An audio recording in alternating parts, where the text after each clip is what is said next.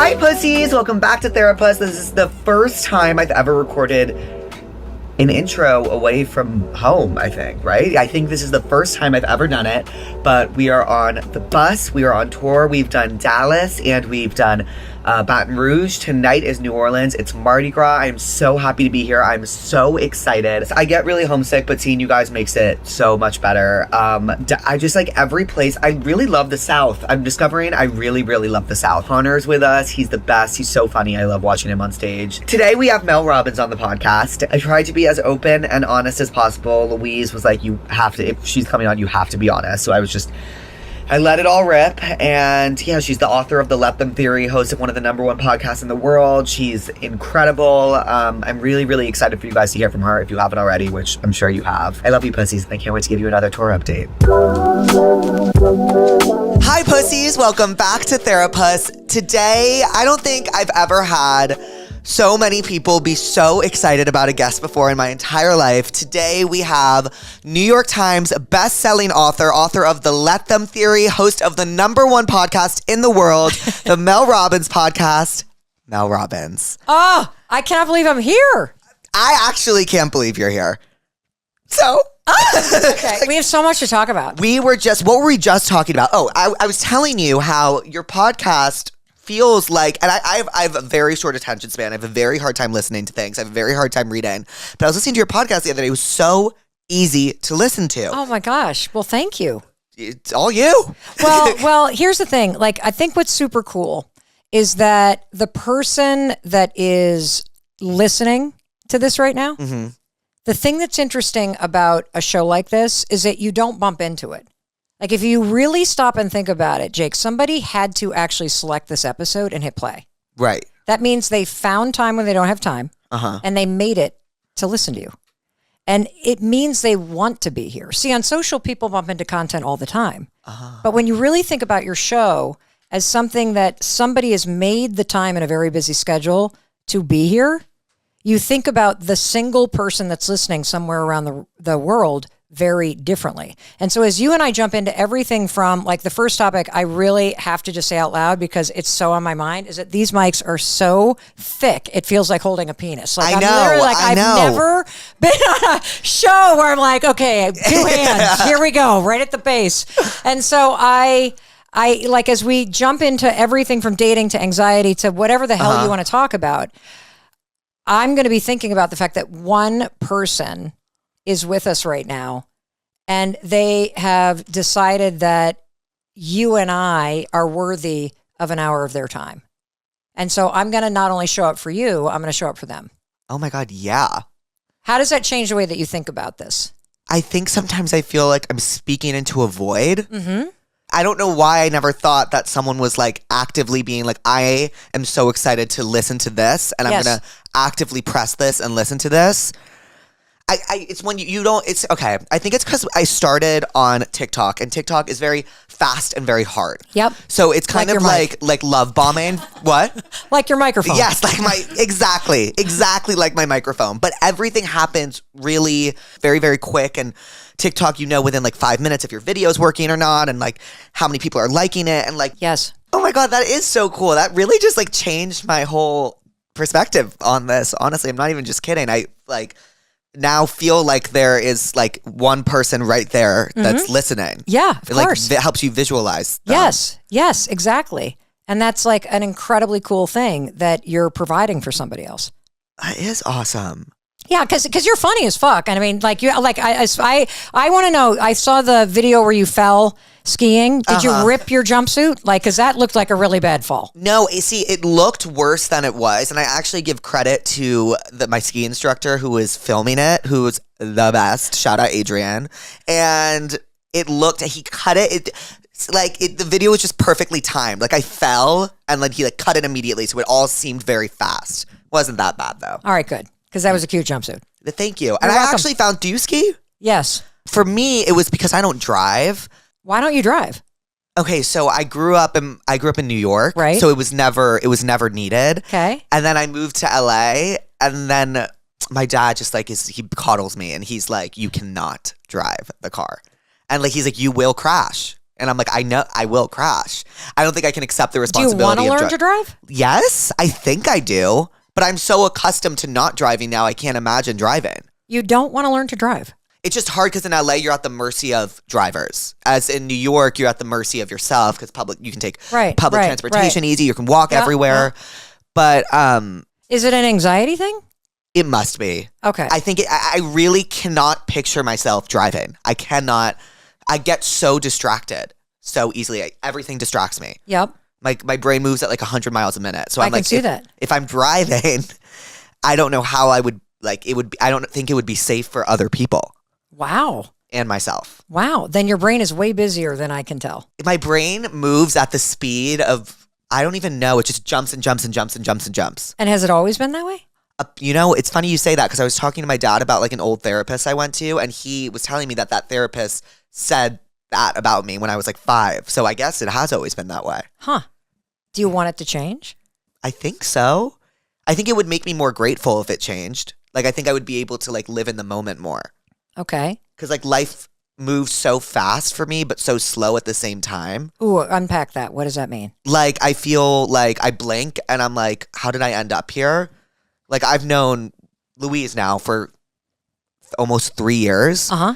It feels like I just met her yesterday. And I can't remember a time in between then that I like looked around and I was like took in the view.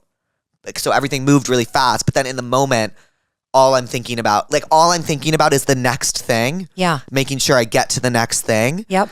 And then I can't appreciate the present, but it also moves so fast at the same time. I don't know how to, if I'm describing that. Oh, no, I'm tracking like absolutely completely with you. So can I give you a visual? Yeah. Okay. So you're going through a massive state of expansion in your life. Mm-hmm. Congratulations. Thank you. You have this big tour coming up. It's going to be amazing because you're actually going to get to see everybody and be with everybody, which is going to be a whole nother thing that takes you like this. What I want you to do is, because it's very easy in life. I had chronic anxiety for so long. And when you are in a state where you're always up in your head and your body is kind of on that edge state, it's both the thing that helps you get everything done. But the problem is the part of the brain that makes memories actually isn't present. Really? Yes. So if I don't know if this is true for you. Do you feel like you look back on your childhood and you don't quite have a lot of memories? Yeah, I don't have many. Like, I do. I remember things. Yes. But, like, not... Like, yeah, I don't have many. That is an extraordinarily common thing that happens when you either are in a kind of chronic state where you're on edge and you're up in your head and you have anxiety, or you have, like, unresolved trauma. Because what happens is when you're, like, in that state where you're thinking, what's next, the part of the brain that's actually present to assess and then file long-term memories isn't online. Right. And so you're not actually present to make the memories, even though they're happening. And so I have decades of my life that I'm literally like, I don't really remember what happened in college. Right. And my friends, I don't know if this ever happens to you, where you're like, do you remember that party? And you're like, no, I don't remember that. Right, yeah. Well, you have the advantage over me because you guys at least have all the photos. Right, that's how I remember stuff. Yes, but then you're like, I don't actually remember being there. At all. Yes, because you were up here. You weren't in here. Uh-huh. And so I want to teach you some things that are not going to take away your power and your creativity, but it's going to help you be more grounded and settled in your body and present for all this cool stuff that's happening in your life without losing the edge. Are you down for this? I'm so down. Okay, cool. So the first thing I want you to do is I want you, as your career's going like this, because I'm in this big moment too. Podcast hits number one in the world. Move over Joe Rogan. Like, here comes this 56-year-old woman, hosting this show about improving your life. What the fuck is going on? And so I want you to imagine that you're on an airplane. Okay. It's moving 500 miles an hour. Which, is that what your life feels like? Yes. Yeah, and I want it to go faster. Okay, great. The plane can go as fast as you want. Okay. The plane is your life. Okay. You have a different job. You have to sit in the seat on the plane. And you have at least 1 foot on the ground. And I want you to focus on being in the seat and enjoying the Celsius that you're drinking. Right? And then occasionally you're going to look out the window and you're going, oh, look how fast we're going. But your job is to just be in the seat and to enjoy the Celsius and know that it's your life and the career that has the velocity, but the velocity isn't you. Because otherwise, a couple years are going to go by and you're going to be like, I don't even remember being on a tour. And it'll be funny to everybody else, but it's not going to be funny to you. Right. And so that's one thing I want you to do. The second thing I want you to do is I'm going to give you a new definition for anxiety. Okay. Okay. And this is coming from somebody who literally, I could tell you the whole story about anxiety, but it's boring. I struggled with it for too long because I didn't know what it was. Mm-hmm. And I'm going to give you this most simple definition. You ready? Mm-hmm. Anxiety is just a moment in your life where you feel a little uncertain. Yeah. And you then doubt your capacity and capability to handle it. Yeah, that's actually exactly what I think it is. That's all that it is. Like the worst case scenario, because I have very bad OCD as well. Like in terms of like, well, you know that's related to anxiety. Yes, yeah. OCD is about trying to control something because you're triggered by uncertainty or past trauma. Right. That's and that's what I'm thinking, and that's why your let them theory resonated so well with me, because it was like you cannot control anything. All I want you to do is control everything because I'm so scared of something bad happening. Okay. I'm so scared of something bad happening. What is the bad thing that's going to happen? I have this like fear ever since I was a kid, like of getting in trouble. So like now with what I do, I'm very scared of saying the wrong thing and then having everything taken away from me. And then what do? I have nothing. So like that's like, that's what I think about. I'm scared of losing everything. Okay. That's like my. And what would happen if you lost everything? I don't know. Like I don't know where I would go. I don't know, because you get surrounded, like when I'm the type of person who I like make really real relationships with everyone, even the people I work with. So it's like if you lose everything and then those people that you work with and they're not there anymore, if you lose everything, then what happens? What do you have? So let's go back to the definition of anxiety, which is a moment where you feel uncertain. Right. And then what do you doubt? Your ability to handle it. Correct. So anxiety isn't all of this scary shit. Anxiety is a very normal moment where you feel uncertain because it's a sign that you're mentally well. Right. That's a sign that your brain's working correctly, by the way.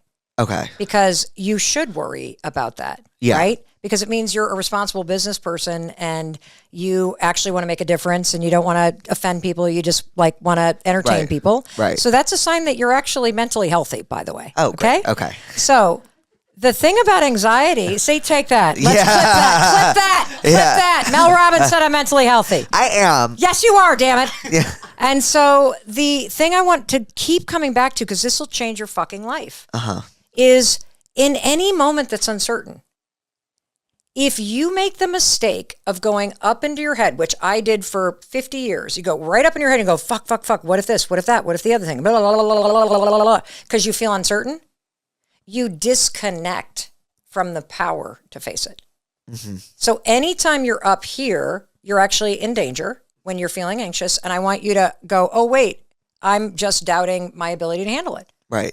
I got to take a deep breath because right here is where your power is. Mm-hmm. Right here, you're in your body. You take a deep breath and just go, okay, I actually believe that I can face anything. Right. You know what? Even if the shit hit the fan, I'm capable of figuring this out.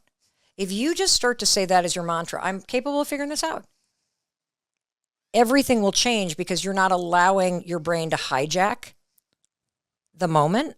And you're saying, no, I get it. This moment feels a little uncertain. I've never gone on a tour. It's a live situation. Don't want to say something that somebody, might be filming. Right. That's a reasonable thing to be uncertain about, but I actually believe in my ability to handle this. Right. The more you start to say that, the more you will not default to going up here. See, the interesting thing about OCD, and I think the let them theory is really going to help you, is that this is actually a book about control. Right. That's what this book is about. And you seem a lot like I was when I was younger, where I didn't understand that the more I tried to control things that I couldn't control, the more anxious and out of control I felt. And the hardest thing in life is recognizing that the one thing you'll never be able to control is another person, what they do, what they think, what they say, what they feel. Right. Never. And so understanding that what's happening out there and in other people's lives, let them. The second part is going to change your life, Jake, because when you say let me, you remind yourself in life, there's only 3 things you can control. You can control what you think about something. And that's the whole what if. And the other thing I'm going to give to you that I want you to start saying when you guys catch him on the what ifs, be like, what if it all works out, Jake? I'm so scared of jinxing it. Like, that's what I'm so scared of. Like, I'm so superstitious. Like, if it all works out, and then I'm like, oh my God, well, if I just said that, is it not going to work out? But are you capable of figuring it out? I think so. Yeah. No, seriously, if things don't work out, could you figure it out? Like, I know I would figure it out. Great, then you need to start saying that. Yeah. Because the fact that you constantly go upstairs is just what you're used to doing. And I'm telling you, you can teach yourself to start saying things like, well, what if it does work out? Right. I know I'm scared that it's not going to, but what if it does? Because here's the thing. Do you actually know if things are going to work out? No. Great. So if you're going to actually presume the negative, then you actually owe it to yourself to also presume the positive. Right. Because you don't know. And here's what I'm going to tell you why you need to do this. So you need to start presuming the positive because your brain is wired to help you. Okay. Like nobody gets this. Like are you somebody that believes in manifesting? Yes. Okay. Well, you got to watch it. You got to watch this because if you constantly go, fuck, what if this, what if that, what if the other thing, you're manifesting what you don't want. Really? Yes. Okay. Because I'm going to explain to you what manifesting is. Manifesting's not, let me think about a beach house and a beach house comes. That's not how this shit works. Manifesting is the intentional act of programming your brain to think different things and to filter the world to help you get what you want. You are literally using manifesting to bring 4 different parts of your brain online to program what your mind sees. So it's a lot like Instagram. So the second I'm like, fuck it, I'm going on a show, this is great. And I started like talking all about, like I'd already followed, like I just saw so much of your content because social media listens to you. Right. The filter changes and then it shows you what it thinks you want to see. Right. We've all experienced that, right? Yeah. Guess what? Your brain works the same way. The exact same way. So your brain's like a For You page. Yes.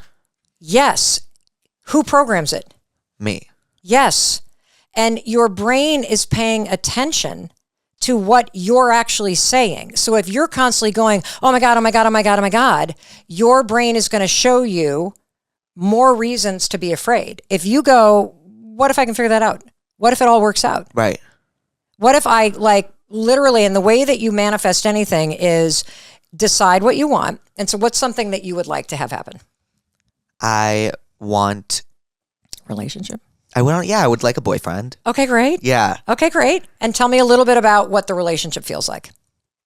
I don't know. I don't know what I would like it to make me feel confident. Yeah.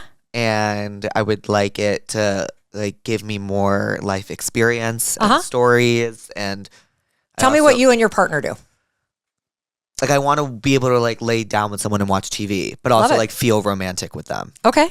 Terrific. Yeah. So what I want you to do is this is the method that I was taught by a guy by the name of Dr. Jim Doty. He's like this like fancy neuroscientist guy at Stanford. Okay. So he both studies the brain and operates on the brain, but he's like Mr. Manifesting. Right. So you literally think about what you want. And I would literally come up with a sentence that's like, I'm going to be in a loving relationship with somebody I lay in bed and watch TV with, and we laugh and we have fun, and I feel like myself. Yeah.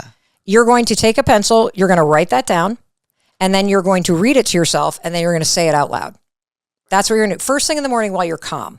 Manifesting doesn't work while you're anxious because the part of the brain that actually is laying down the new programming can't work when you're like, Right. So you got to do calm. So you're going to take your pencil, you're going to write this down, you're going to read it to yourself, and you're going to say it out loud.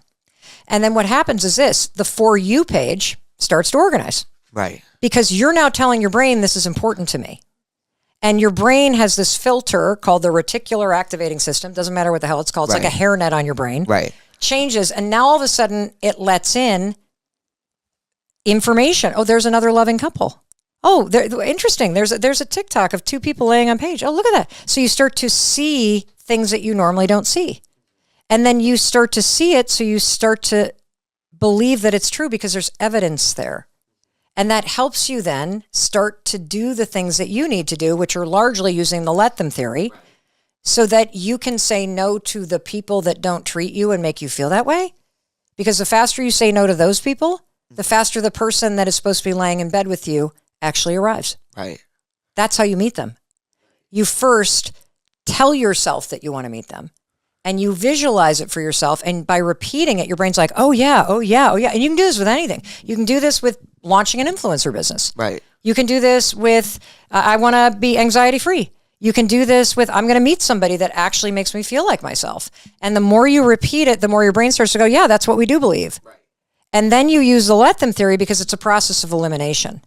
Seriously, like dating is not about finding somebody. Dating is about learning about what you don't like and raising your standards for what actually is attractive to you and what's actually not attractive to you. I feel my main issue with dating is I am so insecure. Like, I don't know how I'm gonna share. I feel like when you're in a relationship, you like share your body with someone almost. Like, you have to like be so vulnerable. And I struggle so much with like, to be frank, like being like naked with someone. Okay, so like, because you don't like your body? I sometimes I love it. Yes. And then sometimes I like yesterday I woke up and I felt so good, and then today I just don't feel good. And it's like, I don't know how I'm gonna be able to share that with someone ever. Well, what if okay, so that's a really interesting thing. Have you ever been in a long-term committed relationship? Never. And is part of it because you're uncomfortable being naked with somebody? Yes, I would say that's a huge reason, because it's how I carry myself. Okay. Like, I don't give off that, like, I want to take off my clothes and be with someone. Okay. So where did you get the idea that there was something wrong with your body? Someone made a comment when I was in 4th or 5th grade, and it really stuck with me. What did they say? That I was fat. Okay. And was it in a situation too where you guys were all like getting undressed in a... I don't know what, I forget. I was wearing a rash guard, I think. Yeah, it was horrible. And then I don't know. And then I really lived my life on the internet for my entire life. I spent my entire life on the internet. So I was a Tumblr kid. What does a Tumblr kid mean? I was really, you know. So Tumblr's a website. Oh, Tumblr. I literally thought you meant gymnastics. No. Okay, I thought you meant like were you fat in a leotard, tumbling? Okay, I got you now. So you were a Tumblr kid. Got it. Like, I'm seeing Tumblr's all about Tumblr is all about the aesthetic. It's very aesthetically pleasing. I was also introduced, and I have, my parents, I love them for this, let me watch whatever I wanted to at a young age. Okay. So I was watching any movie I wanted to, it's part of why I'm so creative and so into this space now. But I was seeing, I was introduced to what sex is. Yes. Based on like a multi-million-dollar movie. So those men are ripped. Got it. Okay. Yep. So that's what I'm thinking like a normal person looks like. And then also in the gay scene, it's very, very, very body focused. Yes. So I'm short and I don't have a 6-pack. So it's like I don't have either of them. Okay. And like and when you're in the gay scene, you're kind of forced into certain roles.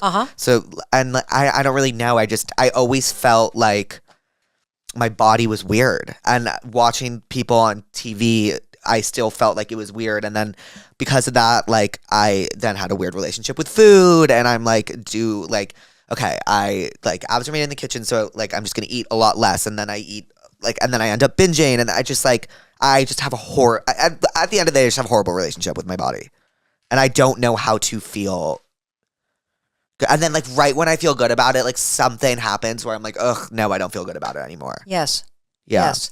So it's interesting that we're going here, because I actually believe this is going to sound like the cheesiest ass thing I could ask you to do. But your issue is self-rejection. Yeah. And one of the things that you're going to figure out in your life, and this is something I would work on with your therapist, and I would really just explore for yourself, is that you're looking for the validation out there. Right. When what you have to figure out is, what does validation look like in here? I don't even know. Well, that's where we have to figure out how to have you get your power back. Right. Because the problem with seeking validation out there for your actual self-worth, or whether or not you're attractive or worthy or lovable, is that that's never in your control. Yeah. And that's why you have OCD. Because your entire life is set up to give you the very validation that you need from yourself, only you've handed all the power over to whether or not strangers actually like you. Right. Yeah. And so we can flip this, okay? But you've got to understand, and this is like the heart of the let them theory. Like, I'll give you an example. You cannot get sober until you stop drinking. Right. And it's a nuance that most people don't think about. Same thing is true about taking control of your life. You can't take control of your life until you stop trying to control everything else, because all the effort that you're putting into making sure everybody out there thinks all these things about you is time and energy that I want you to claw back so that you actually think good things about you. Right. Okay? And so first things first, here's what we're going to do, because then we're going to go deeper into some of the things that I think that you should do and you should talk to your therapist about, because I want you to change this. Mm-hmm. You can be fucking hilarious and have a huge impact and grow your show and do all these remarkable things with your creativity and learn how to have a really good relationship where you actually like and accept yourself. Right. Like, you can. Do you believe that? Yeah, it's just hard because so much of my comedy is so self-deprecating. Right. So like my whole bit is like making fun of myself. Uh-huh. And then I believe it, you know, like I buy into that. So I don't know how to separate the two. Like what my job and my persona and what I do to make people laugh is me. I don't know how to separate the two. Okay. And like be confident. Okay. I just don't know. Well, so here's the thing about confidence. You're saying, what does confidence mean for you? That I feel sexy and I feel attractive and I feel hot. I feel attractive. I feel like powerful. Oh, and I love that. I can get what I want. Okay. So here's something that I also want to share with you. So I have a different definition of confidence, and I think language does matter. So confidence from this point forward, here's what I want you to say confidence is. Confidence is the willingness to try. Because when you are not confident, you kind of hold yourself back and you feel discouraged. And then the fact that you hold yourself back makes you feel more like an imposter, makes you feel more whatever. But if you're like back to the anxiety in this conversation of, well, I'm actually capable of figuring this out. If you're going, I'm willing to try. Yeah. I'm willing to try. Because the more that you try, the better you get at things. And then the more confident you feel about it. So when you talk about what you actually want to feel, you're actually a really confident guy. I'm going to tell you something. You try a lot of shit. Yeah. Like, I'm telling you, like, you're actually a very confident guy. So I don't want to hear you say you're not confident. Okay. Because it's not true. Right. I mean, I'm watching how you live your life. And you are out in full force trying all kinds of shit for all of us to laugh at and learn from. That is a confident motherfucker. Right. Okay, so let's actually use the right words, because you're not actually insecure. You're trying a lot of shit. Is that fair? Yeah, that's very fair. Okay, so can I hear you? Can you say I'm a really confident guy, but, and then describe? I'm a really confident guy, but I do not like how I feel about my body, and I don't like how I feel about how I look on the outside. Okay, got it. Is there anything you could change about your body that would make you feel more confident? Yes. What is it? I'll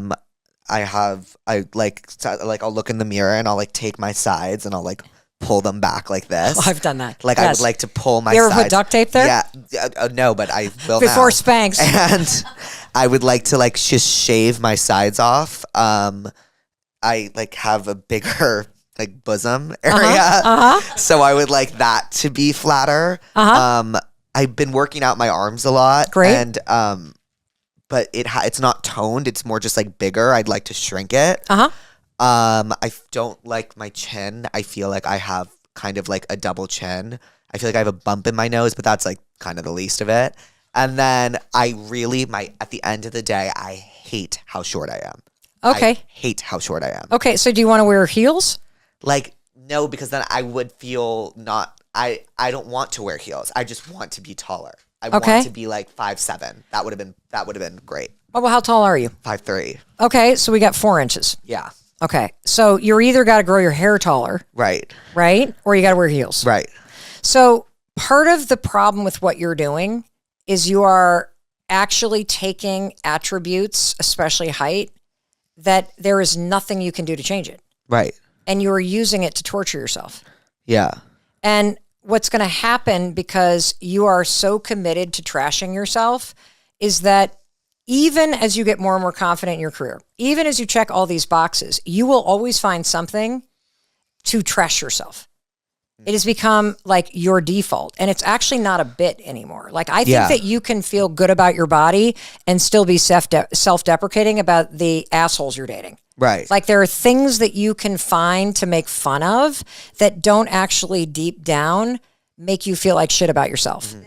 And so, number one, you have to actually figure out how to accept that it's not fair that you're 5'3". Because I don't think it's fair. No, it's not. Yeah. Tell me all the reasons why it's not fair that you're short. Because I want to be taller. What would change about your life if you were taller? I think just the way really and truly, like, I think more guys would want me if I was taller.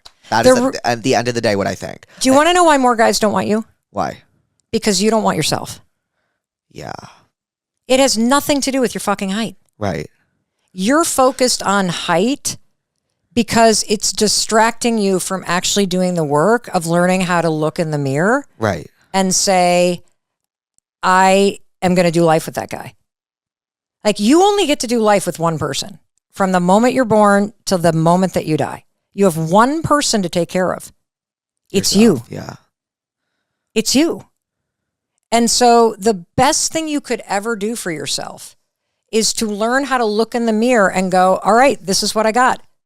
This is the hand I was dealt. Yeah. And you can spend your life looking at everybody else's hands and thinking everybody else has a better hand of cards. That's not how life is played.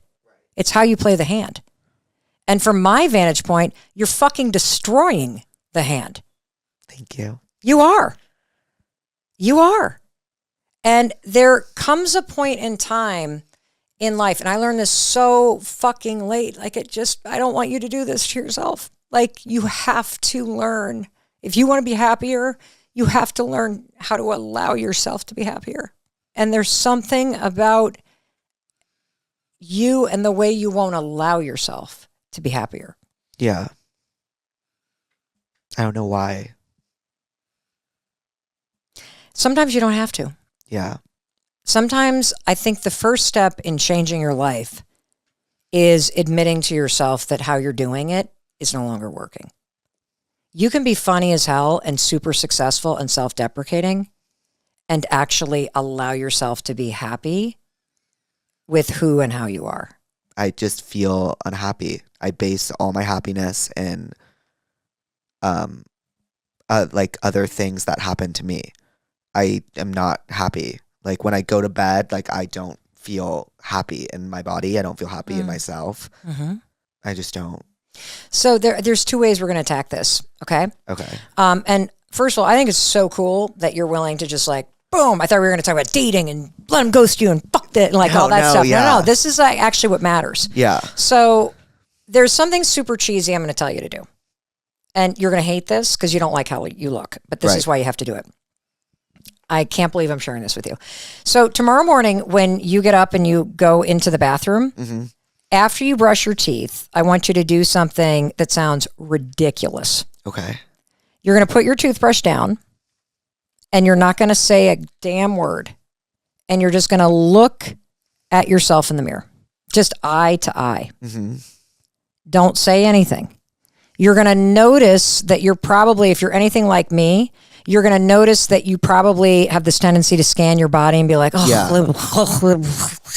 pulling around or standing up straight or whatever we do. Right. Like, I've got one boob hanging lower, the other one, like, why do I look like that? My wrinkles, my turkey neck. Ugh. So our brains are kind of wired to see the negative. Right. And so you got to fight against that. So you're just going to stare at yourself in the mirror. Don't say a thing. Now, I want you to understand. Do you ever look at yourself in the mirror like that? Mm-mm. Okay. That's normal. Yeah. Based on the research, 50% of people can't look at themselves eye to eye in the mirror because they don't like the person they see. Yeah, I don't. Okay. That's normal. Okay. So this is going to be really hard. And you don't have to like stand there for a minute. Just stand and look in the eyes, and you're going to notice you're going to want to turn away. And I want you to understand that moment you're not looking at a reflection. You're actually looking at the person that you go through life with. Okay. And then you are going to reach up. And as dumb as this sounds, you're going to high five the mirror. But don't say anything. Now, a couple things might happen. You might laugh as it happens. You might just want to say, this is so fucking stupid, Mel. But as your hand goes toward the mirror, something crazy is happening in your brain. So this is a field of study called neurobics, and it's exactly what it sounds like. It's neuro whatever plus aerobic activity. Mm-hmm. The fastest way to rewire new thinking patterns is to marry a new thinking pattern with something you don't normally do physically. Okay. So let's talk about high fiving. Okay, I want you to high five me. Okay. You ready? Right. Let's do another one. Right. Good. Yeah. Okay. Great. Yeah. So what does a high five mean? You're like clapping with someone. Right. But what if you and I are high fiving? What do you say? What are you saying to that? Like you, good job. Good job. Yes. Like, we did it. We did it. You never high five somebody and say, you're fucking ugly. Yeah. I hate you. Right. I hope you lose. Right. Never. Yeah. That's just like not your what waist is too big. Yeah. You're too short. Right. It's always keep going. I see you. I got you. So it is impossible because all the programming in your brain with this action is already in here because you've seen people do this and you've done it for a fucking lifetime. So when you look at yourself in the eyes and you just silently go like this, you aim all that positive, I got you, I see you, keep going with your own reflection. Right. You do that 5 mornings in a row, based on our research, that's how quickly it takes to start to actually see yourself as somebody that you're like, okay, I got you, get out there. Right. And you will stop if you keep doing this. You won't even need to do the high five. I don't even need to. I look at myself in the mirror now and I used to just scan my gray hair and this and that and just trash myself. And I don't actually do that. Because I would never talk to my daughter that way. I wouldn't talk to my best friend that way. Why the fuck would I talk to myself that way? The reason why you talk to yourself that way is because you've just repeated it and you just do it all the time. Yeah. And so that's one thing that you can do. The second thing that you need to do, I personally believe, because the reason why you're not happy is because you live your life here. My entire life from morning to night is, if you could describe me as one thing, it's in my head. Okay. But I want to validate that you live in a chronic state of fight or flight. Yeah. And that's why you're not happy. And there are things that you can do to understand that in your body, if you're always on edge, then parts of your brain don't work because you've got the alarm going in your body. Does that sound resonant for you? Right. Okay. Yeah. I mean, even the incident that you were talking about where somebody commented on your body, when that happens to you and you're little, it makes you feel unsafe. Yeah. And so your body is designed to sound the alarm when you feel unsafe. It's doing what it's supposed to be doing. But then the problem is you're going to be bracing again. Right. Because you're trying to protect yourself from these jerks who said something that scared you. And then you don't have adults around you that can actually help you. And so you, as a kid, are having to feel like you've got to take this all on yourself. And a lot of the comedy and looking out there is a distraction so people don't pick on you. You're like, I'm going to do it first. Before anyone else can do it to me. Correct. Yeah. It's an actual offensive move. Now, that doesn't mean you're not funny as fuck. Doesn't mean that's not your genius. But you can still have that genius and actually heal the thing that it actually came from. And so what I want you to understand is your body has 2 nervous systems, okay? Okay. There's the alarm. We know that one works. Yeah, I know that one works well. Yes. And, when you do like that, and then you're up your head, fuck, scanning around. What am I going to do? Okay, that's the alarm. Your body also has a calm, resting, sexy, confident, present nervous system. Mm-hmm. It's called the parasympathetic nervous system. And so I'm going to teach you how to turn it on. You ready? Okay, This is so fucking cool. Yeah. Okay. So you have something in your body called the vagus nerve. I wish they taught this in elementary school. It runs from literally your butt through every major organ, your vocal cords, all the way up to the top of your head. It's the on-off switch. Okay. Between alarm and fucking chill. Right. It's sort of like the internal margarita. Yeah. Flips the switch, right? So what you're going to do is you are going to, whenever you feel that, oh my God, the alarm's on, somebody flipped on the lights. Okay, I'm capable of feeling this. You're literally just going to, you can just put your hand right here. This is where the vagus nerve runs right like through here. You're going to press in, close your eyes. Here he goes. Breathe in with it. Here we go. Blow it out. And all you have to remember, Jake, is that the exhale's longer. Let's breathe in again.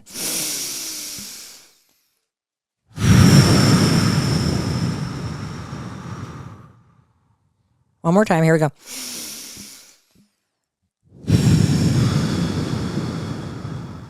And then you're just going to say to yourself, I'm okay.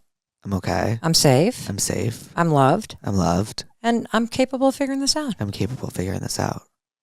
What do you feel in your body? Calmer. Yes. Yeah. A lot calmer. Yeah. And you can do that anytime you want. Yeah. And so if you find, and you're living a big life, you got big goals, so you're going to need to have that energy. But if you feel it getting the best of you, fucking drop in real quick, settle yourself, then go into the business meeting, then walk on to the date. Right. And so those are two tools you can use to actually start to rewire the way that you go right on edge. And also that cheesy thing, high five the mirror, do it every morning as part of my morning routine, as a way to start to actually go, I gotta root for that person. I gotta stop punishing myself for the fact that I'm short. Right. Like, how cruel. Yeah. There's nothing I can do. No. Well, there is something you can do. Yeah, that. But I can't You can change learn to my go, height. this is who I am, and I get to choose whether or not I go through life Right. hating that or embracing it. Like, what's great about being your size? I can get on people's shoulders during music festivals. Great. Yeah. Skiing's easier for me. Yeah. Because I'm closer to the ground. You want to know what else? What? I think the fact that you're shorter like Kevin Hart Yeah. actually makes you more unique. That too. I look different. So like people can call me out easier and I'm more like jarring to the eye. So like Not jarring. oh Recognizable. yes. And so like people I can be more of a personality because I look different. Yes, you are more of a personality. Right. And you also are relatable. Yeah. Like if you're like crazy tall and you look like you should be, you probably will be on GQ because of your success. Ugh, stop. I love you. Thank you. And you know, the other thing is so many people look up to you and everybody watching and listening has something they hate about how they look. Right. And so there's some way to figure out how to make it funny, but actually own it. Right. I used to have this bit in my show where I wore this outfit to this award show once and my bosom was out and about and I like basically go through everything people said about me. Why? Because I believed it was true. And that's why it was funny. Because it's true. Okay. It's not true. So this is where we're going to get into let them theory. Right. Because this is how you give power to other people. Yeah. The only thing that you should be focused on is what you actually think is true for your sake. Like the way to be happy in life is to not look for validation and for the things that you want in other people's opinions because we can't control them. Mm-hmm. The way to be happy in life is to say, let them. And the thing that I want you to say is I want you to actually use the theory in a very direct way. I want you to say, let them talk about how fat I am. Yeah. Let them talk about my bosom. Yeah. Let them comment on how short I am. Right. Let them think whatever negative fucking shit they're going to think. I will wave from my private jet while I'm sitting here drinking my Celsius and enjoying the ride because I know who I am. Yeah. And what matters in life is not what they say. So you've got to let them think negative thoughts. I think it's really hard for me because I actually discovered this on TikTok, but like a symptom of OCD is like thinking you're a bad person and you have bad intentions. So I sometimes really convince myself I'm a bad person. Like I feel like I don't know myself. And so when someone says, that's why I always say I don't really mind when someone said, like, I have very thick skin when it comes to like, I don't think you do not have thick skin. Yeah, I don't think I have thick skin. No. You are porous as fuck. Yeah. Yes. You have very clear skin. Thank you. Yes. No acne. Yes. But yes, very thin. But I think I'm very good at deflecting comments about my appearance. So when I get a comment about my appearance, I can deflect it quickly into a joke, or I can change it and like make it funny and get something else out of it. Yes. When someone comments about my intentions and my character, I really take it to heart and I really feel like a bad person. Okay, so here's how you use the let them theory, because number one, the major thing in life you can't control is what somebody else thinks, what they do, what they believe, what they say, how they feel. Cannot control it. So you got to learn to let them. Yeah. If somebody misunderstands you, let them. If somebody actually is confused about your intention, let them. Right. People are allowed to be confused. They're allowed to have their opinions. They're allowed to not understand why you're doing what you're doing. They're allowed to be disappointed. Let them. You're not people's parents. Yeah. They're grown-ass adults. Yeah. Let them feel how they feel. Let them have their opinions. Okay, then you come to the let me part. This is where your power is. You got to always go, okay, Jake, let me remind myself what I think matters most. And I know my intention. And when you know what your intention is, then you know that you're a good person. Yeah. And that's what you have to anchor. Now, if you have a good intention, let's say, I don't know, let's say that you can't make it to somebody's birthday party. It's not a big birthday. It's not like 25. It's like 23 and everybody's going out to some fucking restaurant and 14 people and you're splitting the bill and blah, blah, blah, blah. You don't even want to go. Right. You don't know half the people. But your friend's a little bit dramatic and they're going, oh, Jake, I want you to be there. Right. You're like, oh my God, I don't want to be there. What we do in life is we literally bend ourselves backwards and show up at things like that because we want that other person to think we are a good friend. Yeah.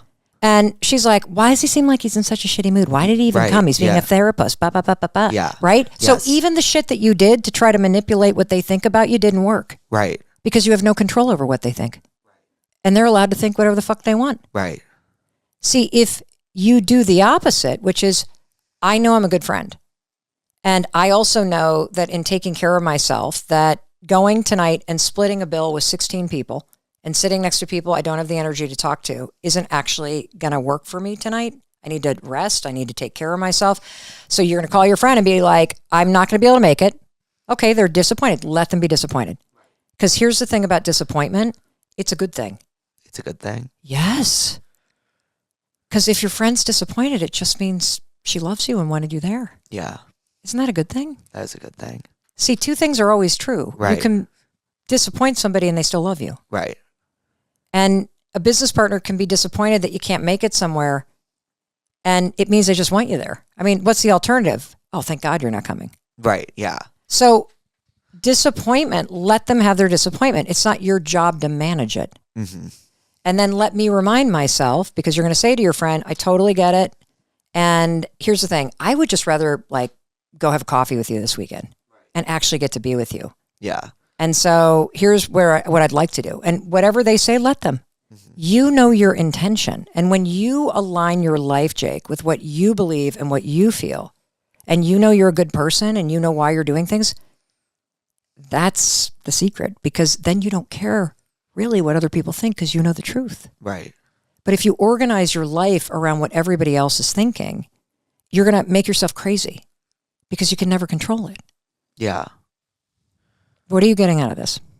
That I need to let people form their own opinions of me and not base my behavior and how I think their opinions are going to be formed based on what I do. Yes. And I want you to learn this now, to let people have negative thoughts. Yeah. Your job is to live your life and actually live it in a way that makes you feel good about you. 100%. Got it? Yeah. And learning that now, especially given that you've got a huge, beautiful, bright, amazing future, learning to let people have negative thoughts and stay really laser focused on what am I doing and why, and what are the ways to think that make me feel good about me. That's the secret to a great life. Yeah. Do you get that? Do you see how this is a boundary too? You don't need any other boundary than let them. Yeah. Because let them is like, I'm letting you live your life and then my life gets better. And it's not like I'm being a dick. You're basically going, I'm not responsible for what you think and feel. Right. I feel responsible sometimes. I know what you, like now I'm like, say, like I feel like if my actions make someone feel a certain way, I'm responsible for how they feel. Then. No, you're not. You are not responsible for anybody else's emotions. An emotion is a chemical explosion that happens in 6 seconds inside somebody's body. Yeah. And what really liberated me, because I used to be a huge people pleaser and I would navigate my life based on people's moods. Or if God, I had like some friend that was like giving me the silent treatment. Now I'm like bending over backwards. Right. What did I do wrong? Right. And That sucking up story to of this my person. life. Yeah. Okay. Well, good. So let's talk about this. Yeah. So everybody you meet from this point forward, I want you to visualize them as a 8-year-old child in a big body. Because that's how old we are emotionally. Right. And we make the mistake of looking at other adults and our friends and thinking that they're actually emotionally mature. None of us are, because our parents weren't. And you're not born emotionally mature. And all emotional maturity is, everyone loves to throw around that word, is it just means you actually understand and can process your emotions without puking them at another person. I puke my emotions. Me at too. people. I'm an erupter. Yeah. So you and I are basically 8-year-olds that throw ourselves on the floor and throw tantrums. Yeah. Do you vent text to people? Oh, me too. Yeah. I got my daughter just went like, I'm the that's biggest venter. Like I talk and talk and talk and talk and talk until like the words are like nails on a chalkboard. Well, so what that's a sign of, because that's me too, is it's a sign of when your emotions get going, you don't know how to settle them, so you just puke them out. Right. And when you get frustrated, it's like, rah, with the raging, right? Right. And they're like, oh, I'm really sorry. I just had a stressful day at work. No, you just literally can't tolerate stress, and you just fucking puked it at me in a text. Right. All caps. Yeah. And then I sent an emoji. I'll see you later. You're Yeah. like, I'm done. It's like out of my body. That's me. That's what I do. Same. So so first of all, you actually just did the hard part. You said, oh my God, that's me. Right.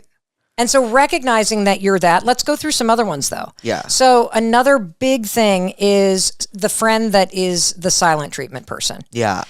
If you think about that friend as an 8-year-old, that's a child who pouts. Mm-hmm. A child who pouts is just a child who, like, you feel frustrated or disappointed or hurt and you don't know how to use your words. So you go pout in the corner. Why? So the parent. Avoid it. Yeah. Yes. Comes to you. Yes. Yes. This episode of Therapuss is brought to you by Booking.com.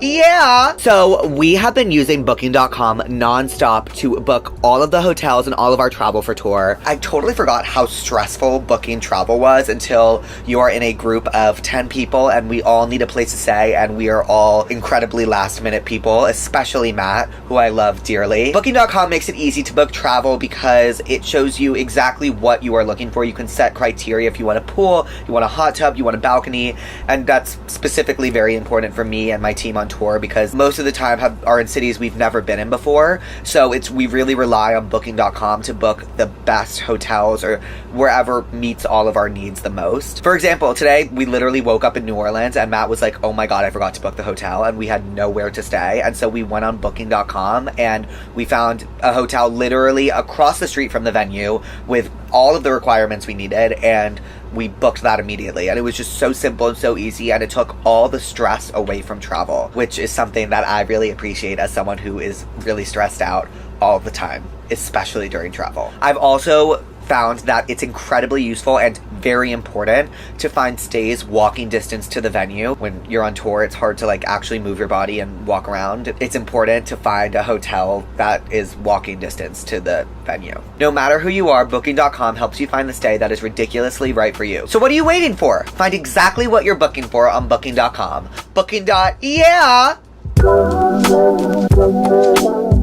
It all starts with a swipe. Thank you, Tinder, for sponsoring today's episode. In a recent study, it has been proven that people find having a hobby sexy, okay? And on Tinder, you can list your hobbies, like the hobbies you enjoy doing on your profile, which is crucial to finding a romantic or platonic partner. Some hobbies I enjoy doing are complaining, going on my phone and doom scrolling, cooking. I love cooking. I love working out. I love watching TV. So if I could find someone that loves going on their phone in silence with me, that would be ideal for me. And honestly, I think you can make anything out to be a hobby. It's just, I feel like the definition of a hobby is just something you like to do. Your bio on Tinder is like prime real estate. So instead of just like listing out hobbies, you can make them like part of your profile. It's sometimes hard to like start a conversation on a dating app, but what is so great about Tinder is that they give you so many of these prompts and like places for you to put in things that are interesting to you and about you, that it prompts conversation with whoever you're talking to. Tinder is the perfect place to show off who you are through interest. It's not about looks, but it's about what you vibe with and what you are interested in, and if somebody else is also interested in that. Explore all the possibilities for yourself.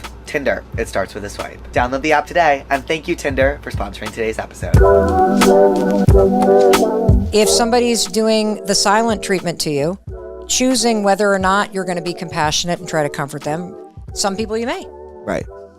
Choosing that, okay, I see who this person is, and I now know to have kind of good boundaries because this is what this person does. Right. And so that's how you understand, how do I want to respond to this situation?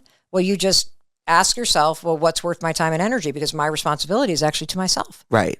Isn't that kind of cool? That is cool. Yeah. And this goes to dating too, by the way. So we talked about how you would really like to be in a relationship. And so the two things that I want you to do is, number one, to really like think about the more that you actively try to program in that this is going to happen. I'm a fucking catch. I'm funny as hell. I'm super kind.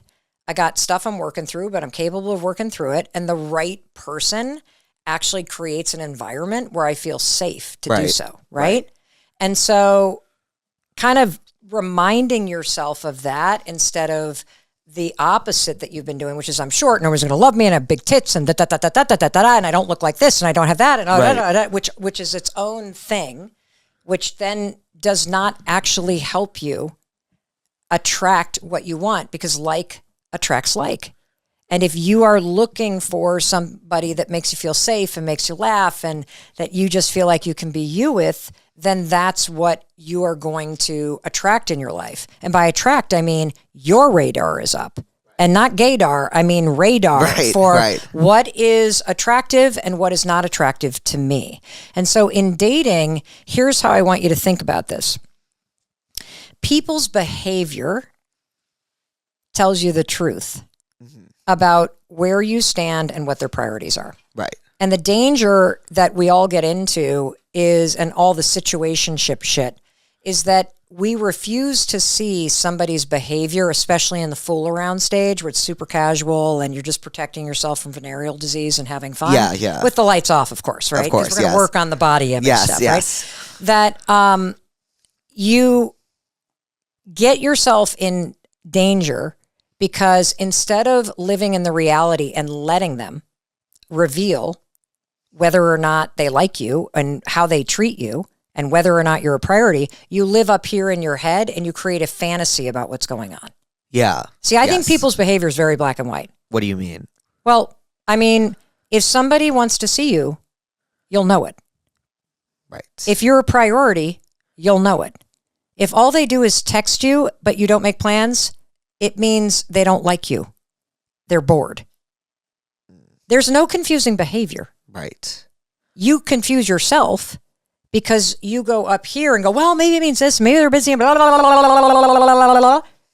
And the only thing that's confusing about dating is how we confuse ourselves. Right. Because we will not let people show us that they're not interested. Yeah. Let them show you they're not interested. Let them text you when they're bored and never ask to see you. Let them lead you on and never follow up. Because now they're showing you where you stand. And then you go to the let me part, this is where the boundary is, and go, is this attractive to me? Right.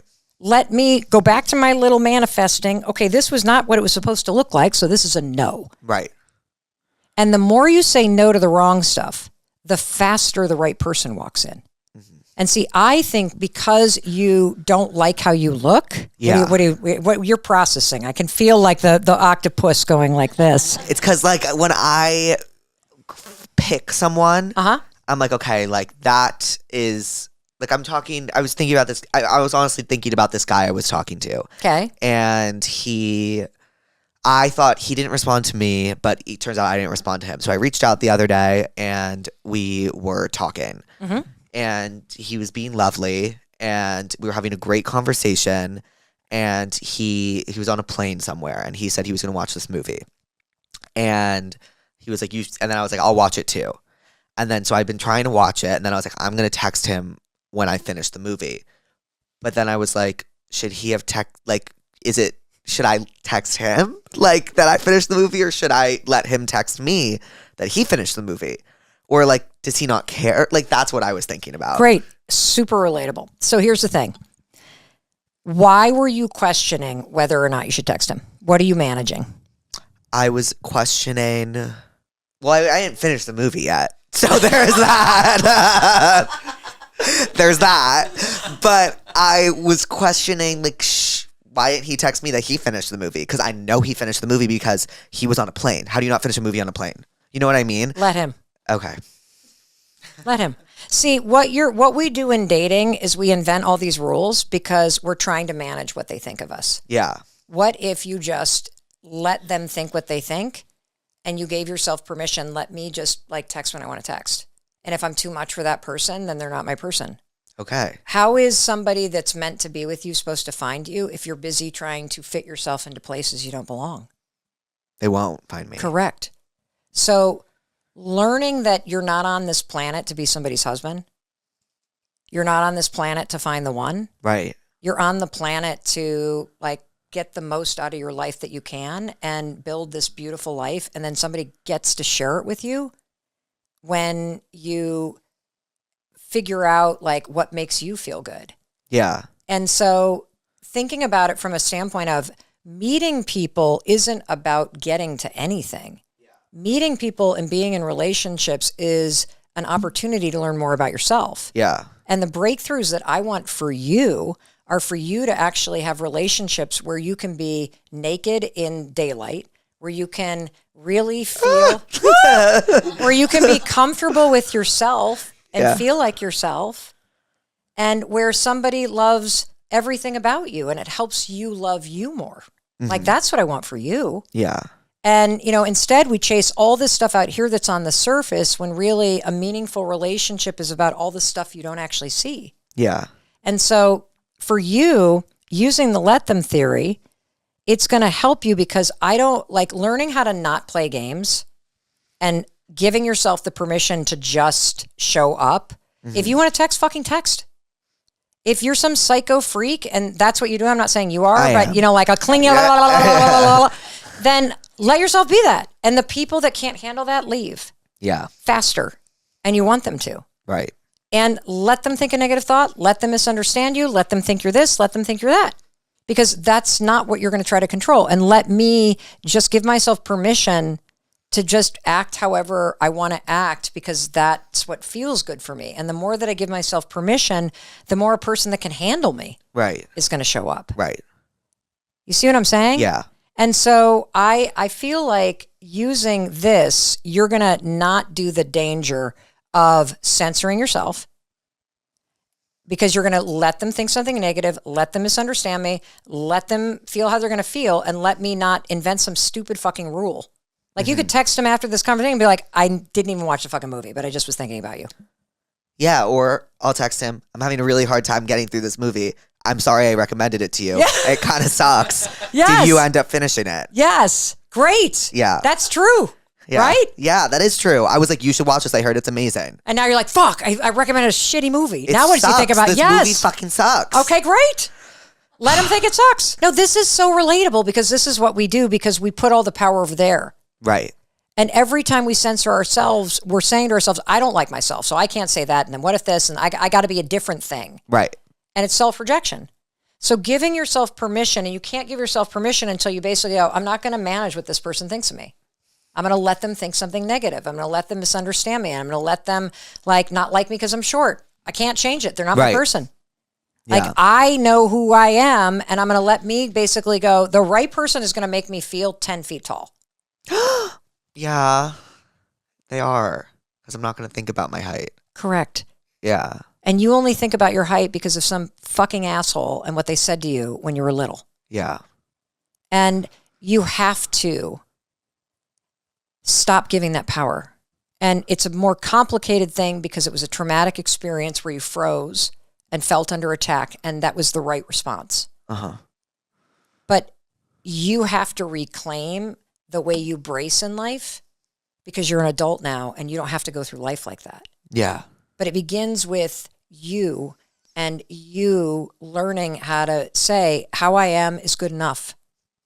Like, I got to be able to be naked with myself. I got to be able to accept myself. Right. Because until I do that, the right loving person isn't actually going to come in. I'm going to be looking for somebody that's better and taller and sexier and the six pack and all this shit. Because if that person chooses me, then I'm okay. Yes. If that person chooses me, that means I am like on par with that. Yes.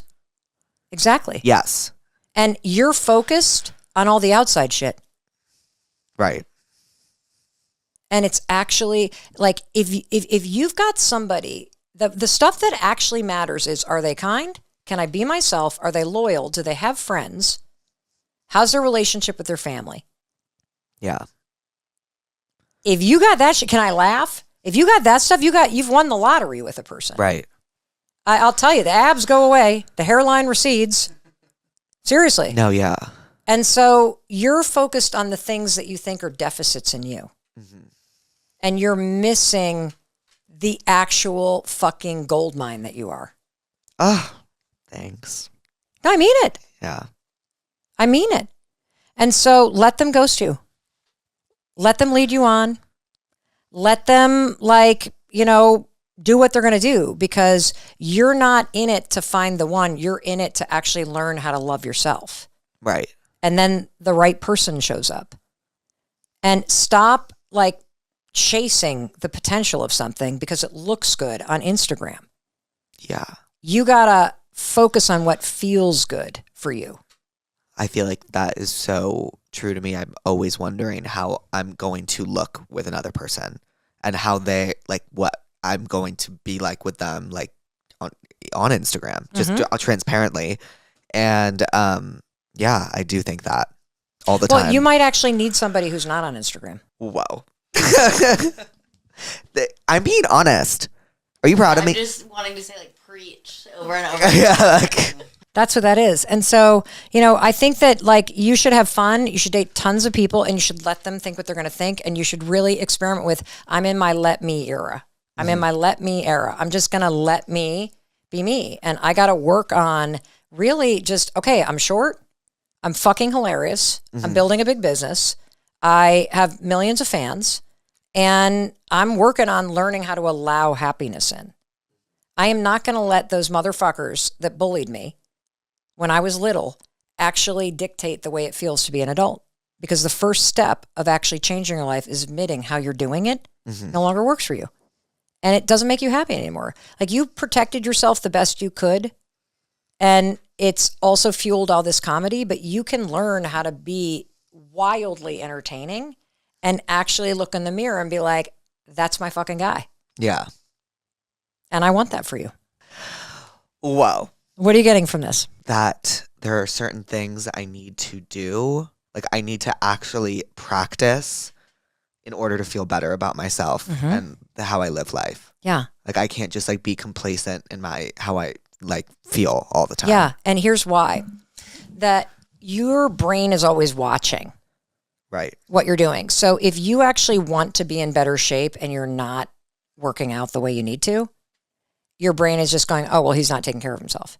Yeah. But if you force yourself to start doing different types of workouts, because are you capable of losing weight if you want to lose weight? Yes. Are you capable of having muscles or a six pack if you wanted to? Yes. Okay, great. So then you have to actually ask yourself, do you want those things? Yeah. Is it yeah, or is it fuck yeah? Yeah, fuck yeah, I really want Okay, muscles. well then prove it. Yeah. Then prove it. Yeah. Because every day that you wake up and you're like, this is actually on the list, I carve out time for this. I've hired a trainer because if you're like me, you're a lazy ass. I'm so lazy. Oh my God, you need somebody screaming at you. Yeah. Like, so do it. And so prove it. And when you start to show up every day, like there's so many people that watch you that want to be making money online. Right. But they don't post. Yeah. And you want to know why they don't? Why? Because they think their fucking Instagram is for their college friends. Right. Your Instagram is for your business. Your Instagram is for your self-expression. If Susie Q from your sorority does not fucking like it, fuck her. Right. Let her unfollow you. Right. Let her gossip to all your former sorority sisters because you know that you're changing your Instagram strategy because if all these people are making money, you're capable of making money too. Right. But first you got to get over your massive insecurity about what other people think. And the way you do it is the let them theory. Let them think negative things about you. And let me go build that goddamn business. I think that's actually what I did. Yes. In terms of like, I remember like my senior year, I just started posting, but I just didn't care because I thought it was funny. As long as I was making someone laugh, like I didn't really care. And then it ended up luckily becoming a business. Yes. So here's what I want you to do now that you're a business person. Make the thing that you do your job. Do not make it your identity. That's hard because my job is me. Yes, but making content and being funny and going on tour and having these conversations and being self-deprecating is your job. Mm-hmm. What you do when you're not on camera and how you treat yourself and how you talk to yourself and whether or not you go to the gym and whether or not you're naked with, your lover and you're in broad daylight, that's who you are. Right. Does that make sense? Yes. And when you think about it like a job, this is what I fucking do. This is not who I am. Yeah. You can have a personal brand that you know that this is what I do out here, but I'm actually working on boundaries with myself because I will not be successful if all I do is tear myself down in public and in private. Yeah. In private, I got to fucking build myself up. Mm-hmm. I just have to speak nicer to myself. That, and you have to take the actions that actually prove to you that you are taking care of yourself. So I would say exercising, especially if you're lazy and you need a trainer, fucking get one. Yeah. I think that what's interesting about life is that the success is not in doing it perfectly. Mm-hmm. Success is the person who actually gets back to it after they haven't done it for a while. Right. That's it. Yeah. That's it. And I did do that this week. Great. Yeah. Okay, so high five. Yeah. Like literally. Like the other thing is that you're also, here's another trick. Since your brain is always looking for what's wrong, mm-hmm. you'll forget that you did 100 things correctly today. Oh, yes. Right? But then you'll laser focus on the one thing you didn't do. Mm-hmm. It is a superpower to train yourself literally at the end of the day to go, well, what went well today? And if you can't do that, Lulu, please ask him. So tell me one thing that went well today. I worked out. Fuck yeah. Okay. Because that's what somebody does if they actually care about themselves. Right. Yeah. I worked out. Great. All you need is one. Yeah. Like if you literally only ate 75 French fries instead of 76, we're winning. Right. And so ending the day is another way and just saying what actually went well. Like name one thing that went well today. I met you. I met you. Oh. Matt, my tour manager, is here. I'm really, really happy he's here. Great. And I got to see him, and I love seeing him. Great. So a lot of great things went well. Yeah. Great. And so another thing you can do, and this is for the person listening too, if you really struggle with like supporting yourself, if you did support yourself, what would a day in the life look like that's not utopia? Like what are the things that you would do if you were actually happy and you were proud of yourself that you're not currently doing? Oh, I can give you an exercise. Do you have an answer? No, I don't. So, okay. Yeah. Okay, you ready? So this is, I'm going to call out my daughter Sawyer. And when COVID hit, was it COVID?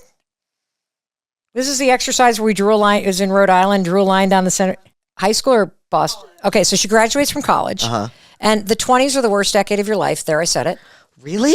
Oh, the worst. I thought they were supposed to be like the best though. Well, that's why it's the worst because you guys have been gaslit into thinking it's the best. Yeah. No, the 20s are the worst, and I'll tell you why. From 0 to 20, your entire life had structure to it. Yes. Where you knew exactly what was going to happen next. You were going to go to first, second grade, third, fourth, fifth, all the way to college, and people go to college and you go to freshman, sophomore, you had celebrated the same milestones as everybody else. Yeah. So you could locate yourself in a big group of people. Yeah. You knew who was ahead, who was behind. We were all kind of in a pack. Plus, you were with people your age all the time. Yeah, all the time. All the time. And you Yeah. were all celebrating birthdays. You had the same milestones of graduation or prom or rush or whatever it may be, right? Mm-hmm. And then all of a sudden, the 20s happen and something that I call the great scattering hits. No one sees it coming. Mm-hmm.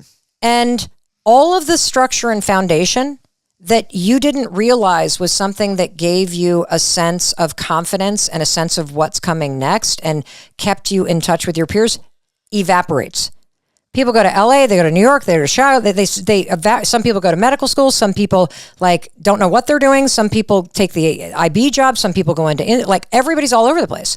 And the only thing that's holding your friend group together is a text chain that gets quieter and quieter and quieter.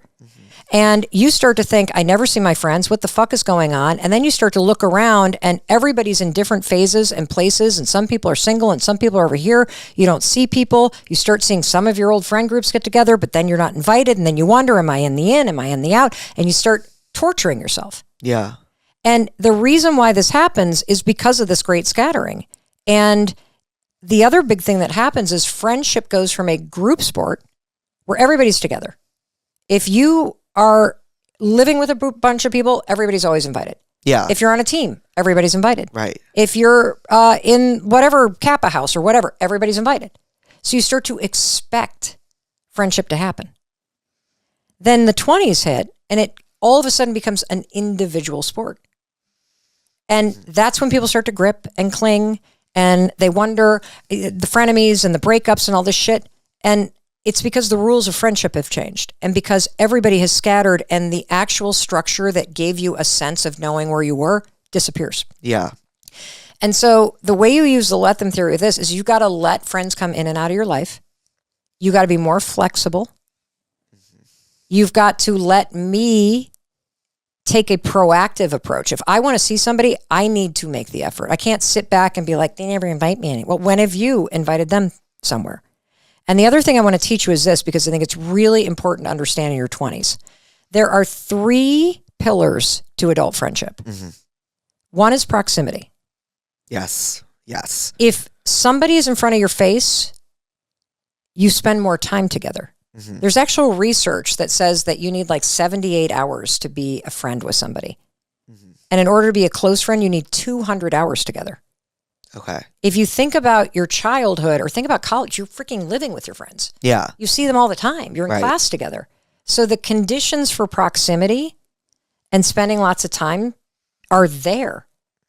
You never see your friends when you hit your 20s. Yeah. Because everyone's all over the freaking place doing everything. Right. And so it's natural, since you're not in front of each other, to feel the friendships start to fade or strain. And then you say, let me remind myself that just because I don't talk to that person anymore doesn't mean I'm against them. Yes. We're still friends. Right. We're still friends. Like I can be super flexible with people. Yeah.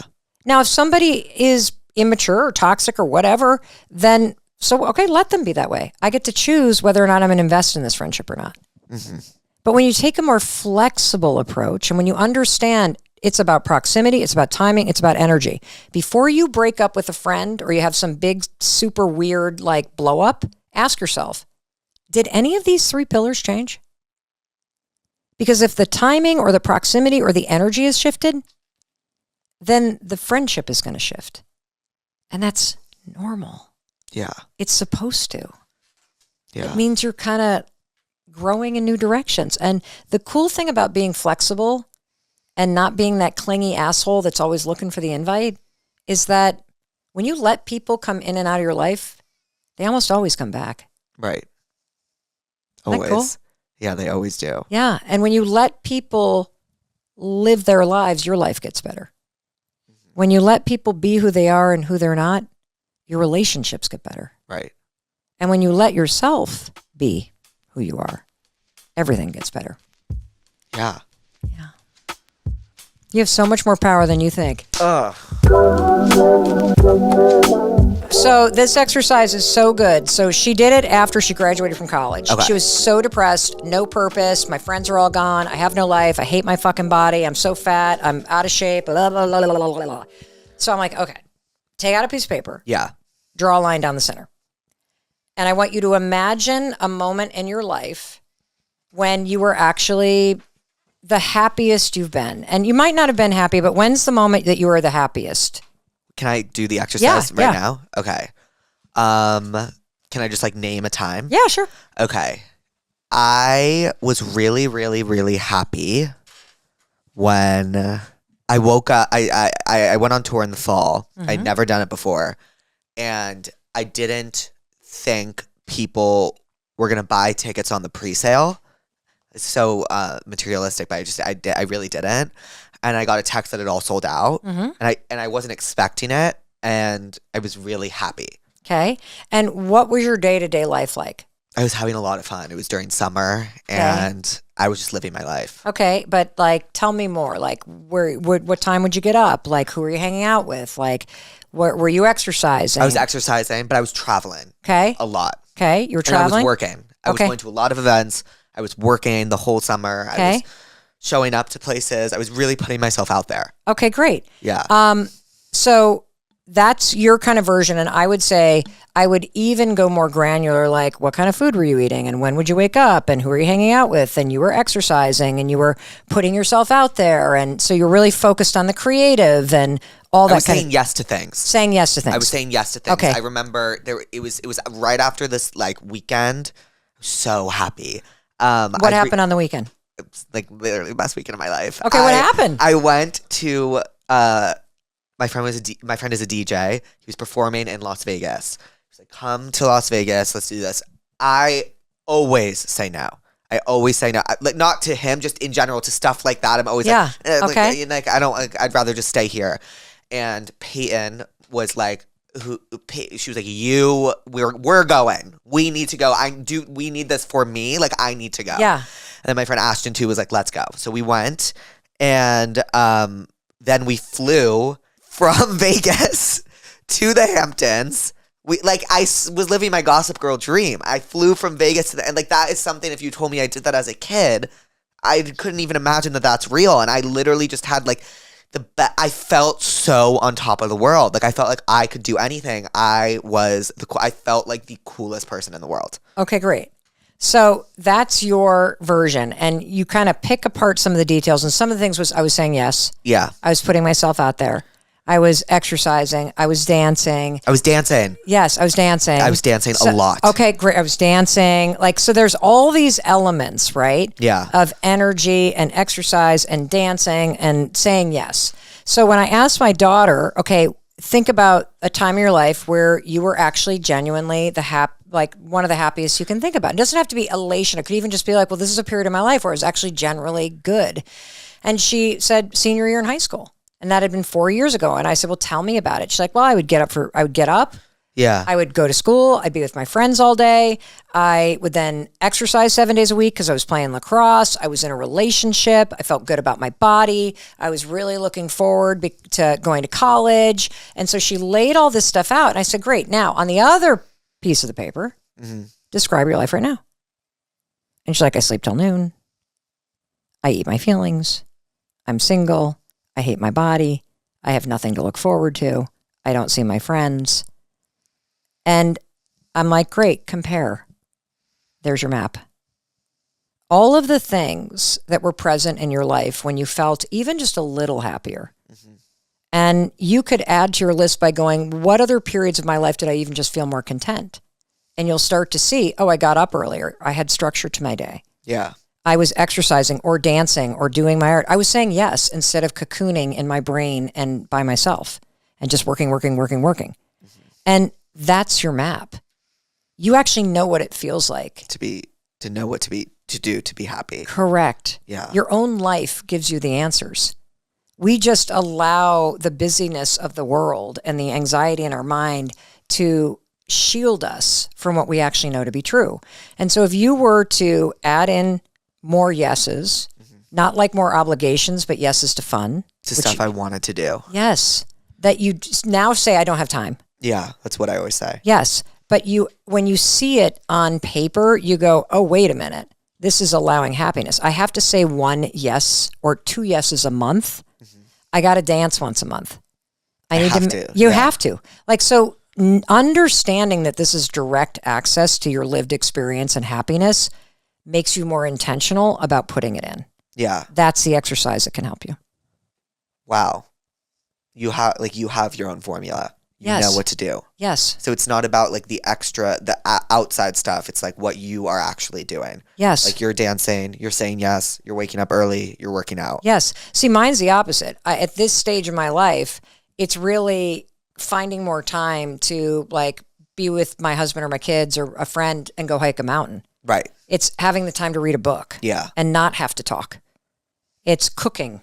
It's gardening. It's spending time with my parents who are getting older. Like I have a different formula now. And it's why I have big boundaries. Because when you're wildly successful, people just want more from you. Mm-hmm. And the game is actually in saying no to everything that doesn't work for you. So funny you say that because I feel like, or I've always told myself that if I become successful and people want more of me, that will make me feel good. I'll become more successful and I'll get the hot guy because he will want my life and want what I have. Uh-huh. But that's such a bad way to think. No. It's actually, all the research is very clear that you do not achieve happiness by accomplishing something. Yeah. That's actually a recipe for being miserable in your life. Because the second that you go, I mean, you've already sold out the fucking tour. Mm-hmm. You accomplished the thing that you thought would make you happy. But now that it's over, now you don't have anything to make you happy. And so the real secret is, how do you make yourself happy now while you're working toward those things? Right. And the way that you make yourself happy now is you do that exercise and you go, oh, dummy, like I need to dance. Right. I actually need moments of quiet. I freaking need to exercise. I'm happier when I do. There's my formula. And if I do that now, I'll actually be happy while I'm working on these big goals. And if I'm happier now, I'll be even better at working on this shit instead of being miserable and trashing myself and slogging through the day, hoping that I'll be happier then. Fuck that. Period. You ready for the Tell Me What's Wrongs? Yes. I'm currently in art school, and there's so many personal projects I want to do to add to my portfolio so I can actually get a job. Every week, I tell myself that I'm going to work on my projects, but I always end up getting sidetracked and doing something else like decorating my room, meaningless chores, etc. It makes me feel awful, but it's not like I'm not motivated to do them. I just put it last in my priorities. Do you have advice for that? My advice would be to just like force yourself to do it one day, and then like that starts a pattern. It's kind of like what I did with working out. It's like I always put it last in my priorities, and once you just like force yourself to go, like you end up, it becomes natural. Like I used to smoke a lot of weed. Every single day would smoke weed, like morning to the night. And then I quit, and then I really missed it the first week. Second week, I missed it a little less. Third week, I missed it. Now I don't even really think about it. So, like, when this person, the same goes for starting a project. So, like, you start it the first week, it might be hard to, like, keep yourself on doing it. Second week is a little less hard, and then it just becomes second nature. Yes. So, there's 2 tools you can use to push yourself to start. One is something I created called the 5-second rule. So when it's time to go work on that project and you feel like cleaning your room, you're going to count backwards. 5, 4, 3, 2, 1, move. Yes, and the count I love backwards that. Yes. pushes you through the bullshit, and it tips the first domino. And once you go 5, 4, 3, 2, 1, and you've started counting, it actually switches from this part of your brain that's going to make you clean to this part of the brain that's like, go. Right. So that's one thing you can do. The second thing that you can do is, this comes from this researcher, psychiatrist dude named Dr. K. He has this big channel on YouTube called The Healthy Gamer. He's way into video gaming addiction. Yeah. So if you avoid it, here's what you need to say. I know that this is hard and I don't want to do it, but I'm doing it anyway. Right. Acknowledging that you don't want to do it, believe it or not, actually removes the resistance. Really? Yes. Okay. Yes. because we wrestle in our brains instead of going, I get it. I don't want to do it. I'm still fucking doing it. And then the final thing I would say about this is don't look for a big block of time. I have this practice called the Hot 15, and it is find 15 minutes, and I typically do it first thing in the morning to just inch the ball down the field. That's it. If you can do 15 minutes once a week, you'll get the thing done over the semester. Right. Yeah. Just 15 minutes. That's it. And then you might even want to spend more time doing Correct. it. All right. Yeah. There we go. There we go. What? A prescription? That. That. Yeah, we don't want to give you anything else to do. Yes. Just fucking do what you need to do. Yes. I recently have found out that my boyfriend's family is very wealthy. It all hit me when plans started to form for our vacation that we are going on next week. What's wrong? I'm a small town girl and I feel worried I'm not going to fit in with their vibe. How do I cosplay? You don't. Right. Let them think what they're going to think. Let them have their opinions. Let them be uber wealthy. And then let me trust that if the person has chosen me, that's all that matters. Right. I do have a prescription for this. Get it. Crazy Rich Asians. Oh, yes. Yeah. That is fucking right there. Right. Yes. Right on the money, right? Yes. Because you're actually dating him, not his parents. Right. And like if they're not going to think of you in a certain regard because of your wealth, then why would you even want to be with them? And even more important, don't watch them, watch him. How he treats you when you show up as you is what actually matters. Yes. Let him reveal who he is and how he treats you when he's with your family. Right. It's like how a Data. guy treats you in front of his friends. Mm-hmm. Yeah. Exactly. I ghosted my best friend of 10 years. We live a few hours away from each other now, and she basically randomly called me one day just judging my entire life and made me feel like shit. It was completely out of nowhere. It's been 2 years, and I still don't know if ghosting her was the right move. I think you know it wasn't the right move, which is why you're writing to us for advice, and that's okay. Yeah. And so recognizing that you didn't handle that well it takes a lot of courage. And your friend did not handle her emotions well because she let it sit for 2 years and then vomited on you. Mm-hmm. You have to ask yourself this because you're going to go, let them be emotionally immature. Let me be emotionally immature. Right. Like give myself some grace. Ask yourself, is this a relationship that you really do want to repair? Because the fact that she called you, it comes from hurt. She actually misses you. Right. And doesn't understand why you left. It is so painful when somebody walks out of your life without explanation. Yeah. Because you don't know what you did wrong. Yeah. And so you have to ask yourself, is this something that A, you want to repair, and B, you're going to regret ghosting this person? Do you just need to clean it up? And you could do that with a letter.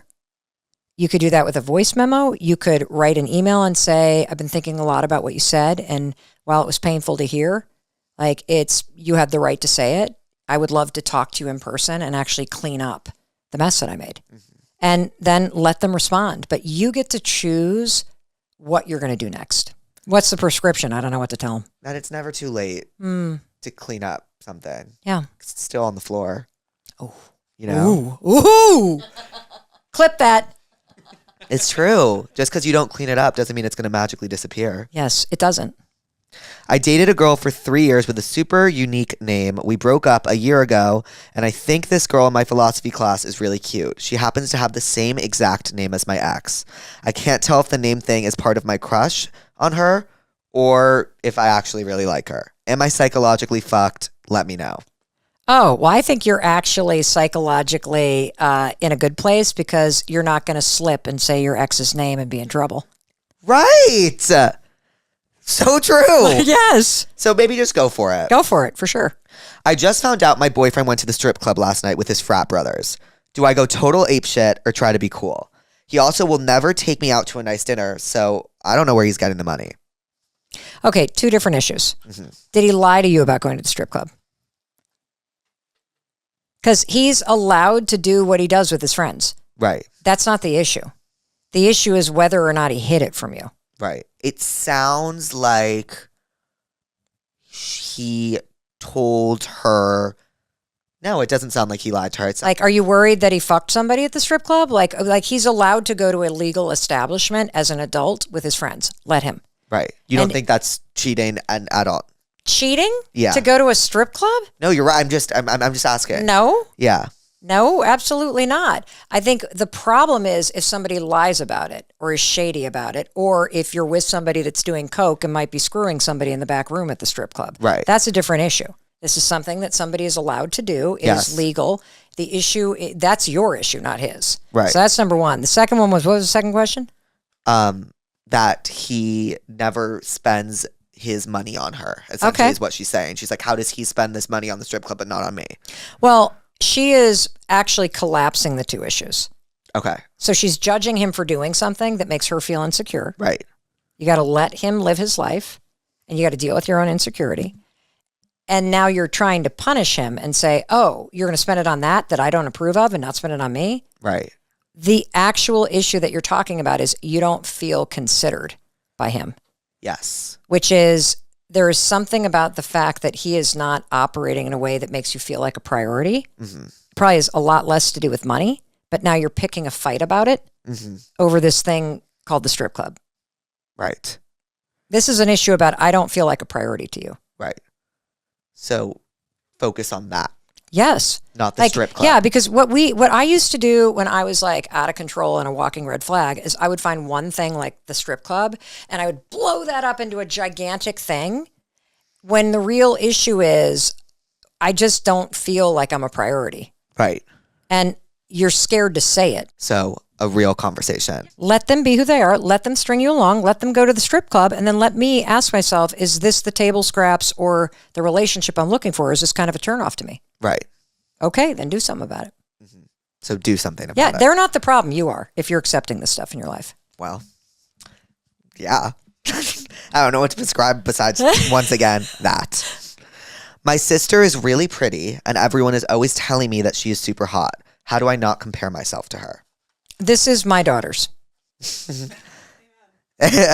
No, seriously. I watched in heartbreak as my oldest daughter would obsess over how she thought her younger sister was prettier, had perfect pitch, had a better body. All the guys flocked to her, has perfect fashion. The other thing that like really pissed her off is that her sister could borrow her clothes because she was skinnier, but she couldn't borrow her sister's clothes. Like fucking infuriating, right? Right. And so... Oh, I'd freak out. Yes. Yeah. So here's the thing. We tend to engage in something called upward comparison. Okay. Which is you look around and see all the people that look shinier and better, and then you compare yourself to them. Mm-hmm. We don't engage in downward comparison. Mm-hmm. Like if you're obsessed with everybody who's skinnier than you, that's all you see because the filter in your brain is the For You page. Right. You don't ever look around and go, wait a minute, I'm actually skinnier than 90% of the people at this bar. Right. And if you're going to compare up, you better fucking compare down and actually look at reality. And you also have to start to learn that other people's wins are not your losses. And comparing yourself to somebody else's fixed attributes. Like there's absolutely nothing you can do to change your height. You can't change your family. You can't change your history. You can't change your complexion. You can't change the country you were born into. You can't change the past. Obsessing over the fact that somebody has a trust fund and you don't doesn't give you a trust fund. It makes you miserable. Mm-hmm. Everything can be changed through effort and time and attitude. Everything. But the more that you stare at your sister and tell yourself that she's beautiful and you got fucked and life isn't fair and everybody flocks to her and buys her drinks while you stand there like a fucking loser next to her, then the less you're actually going to see the gifts that you have and take advantage of them. That was a perfect question for you, though. Mm-hmm. Because I heard you talk about that. And yeah. See, comparing yourself to other people is normal. Mm-hmm. Comparison isn't the problem. It's what you do with it that matters. Mm-hmm. And so if you use comparison to torture yourself like you do, over height, right? That is just a habit of bashing yourself. My daughter did the same thing about her metabolism and her sisters and, her body versus her sisters and blah, blah, blah, blah, blah, blah, blah, blah. That is a form of self-torture. At some point, you got to go, life isn't fair. They got the genes. I did not. and I got to look at the cards that I've been dealt. I got to figure out how to play the fucking hand that I have. Mm-hmm. And I'm not going to become better at life or be a great card player if all I do is trash myself for the cards that I'm holding. Right. Now, this is where comparison gets interesting. Because you're going to compare yourself to other people, as long as it's not something that's fixed, like height or your history, or maybe you hate the fact that your parents got divorced and your friend has the perfect family, or whatever the fuck it is. As long as it's not something like that, comparison is like the coolest thing in the world because other people are never playing against you. What do you mean? I mean, other people are not playing against you. They're playing with you in life. Right. See, you can learn how to play the cards in your hand from other people. Right. You can be a better player in life by learning from other people. Mm-hmm. Absolutely 99% of the things. Oh, what you mean. You're not playing against someone in a card game. Like you can share cards and look at their... Yes. Yeah. Yes. So 99% of the things that you want in life, you can actually create through effort and attitude and time. Right. And other people will never block your way. Only you can do that. Right. Other people can't take what's meant for you, but you can take it away from yourself. Yeah. And as long as you're fucking staring at somebody else's hand going, this isn't fair, you will never actually see the gift that is in your own hand and learn how to play it. Mm-hmm. And when you flip comparison from torturing yourself to actually, what could this teach me? Other people show you the formulas for how you can get anything. Mm-hmm. You want to be an influencer and you're watching Jake, he is showing you the formula every day for what he does. Every fucking day. Instead of sitting there like, well, works for him, it's never going to work for me because I'm tall and he's short and he's this and you know, right? Yeah. Instead of blocking your own hand, fucking let him lead the way. Right. Let him be successful. Let him be happiness, success, love, friendship. This shit is in limitless supply. Right. It's there for the creating. But if you're so busy comparing yourself to everybody else and telling yourself that it's never going to happen to you, you will never actually see the truth, which is you could create it too. Right. Just because someone else has it doesn't mean you can't. Actually, it means you can. Right. It's the opposite. Right. See, I used to go through life and see somebody else's wins as I'm losing. She has a boyfriend, I won't get one. They got pregnant first, I'm never going to. Their house is renovated, now my house sucks. They got the new car, oh, they're getting better, they have this many followers, now I can't have it. Oh, Jake was the first, so now I can't be an influencer because all our friends will think I copied him. Of course you copied him. Just like he copied somebody else. Right. Right. We're all following the same formula. Because formulas work. You make it your own by doing it. And the only reason why people don't follow the formula in life is why? I'm afraid you're going to think something about me. Yeah. Think something negative while I follow the fucking formula and go after creating the life I want. Yes. I'm going to prescribe the let them theory. You better read that book. And you know what? I think that's a beautiful place to end. There. Mel, thank you so much for coming on Therapuss. Oh. Thank you. I had a lovely time with you. Lovely? Yes. Really? Yeah, this was lovely. Wow. I think you were very honest. I was she told me before this started, you have to be honest. Well, because I would have just dragged it out of you and that would have been painful. I know. Yeah. No, I'm proud of you. Thank you. Proud of you. I hope you really absorb this and you take the things that are meant for you and you really cause a shift because you deserve to be happy. I will. Okay. I will practice it. Great. Awesome.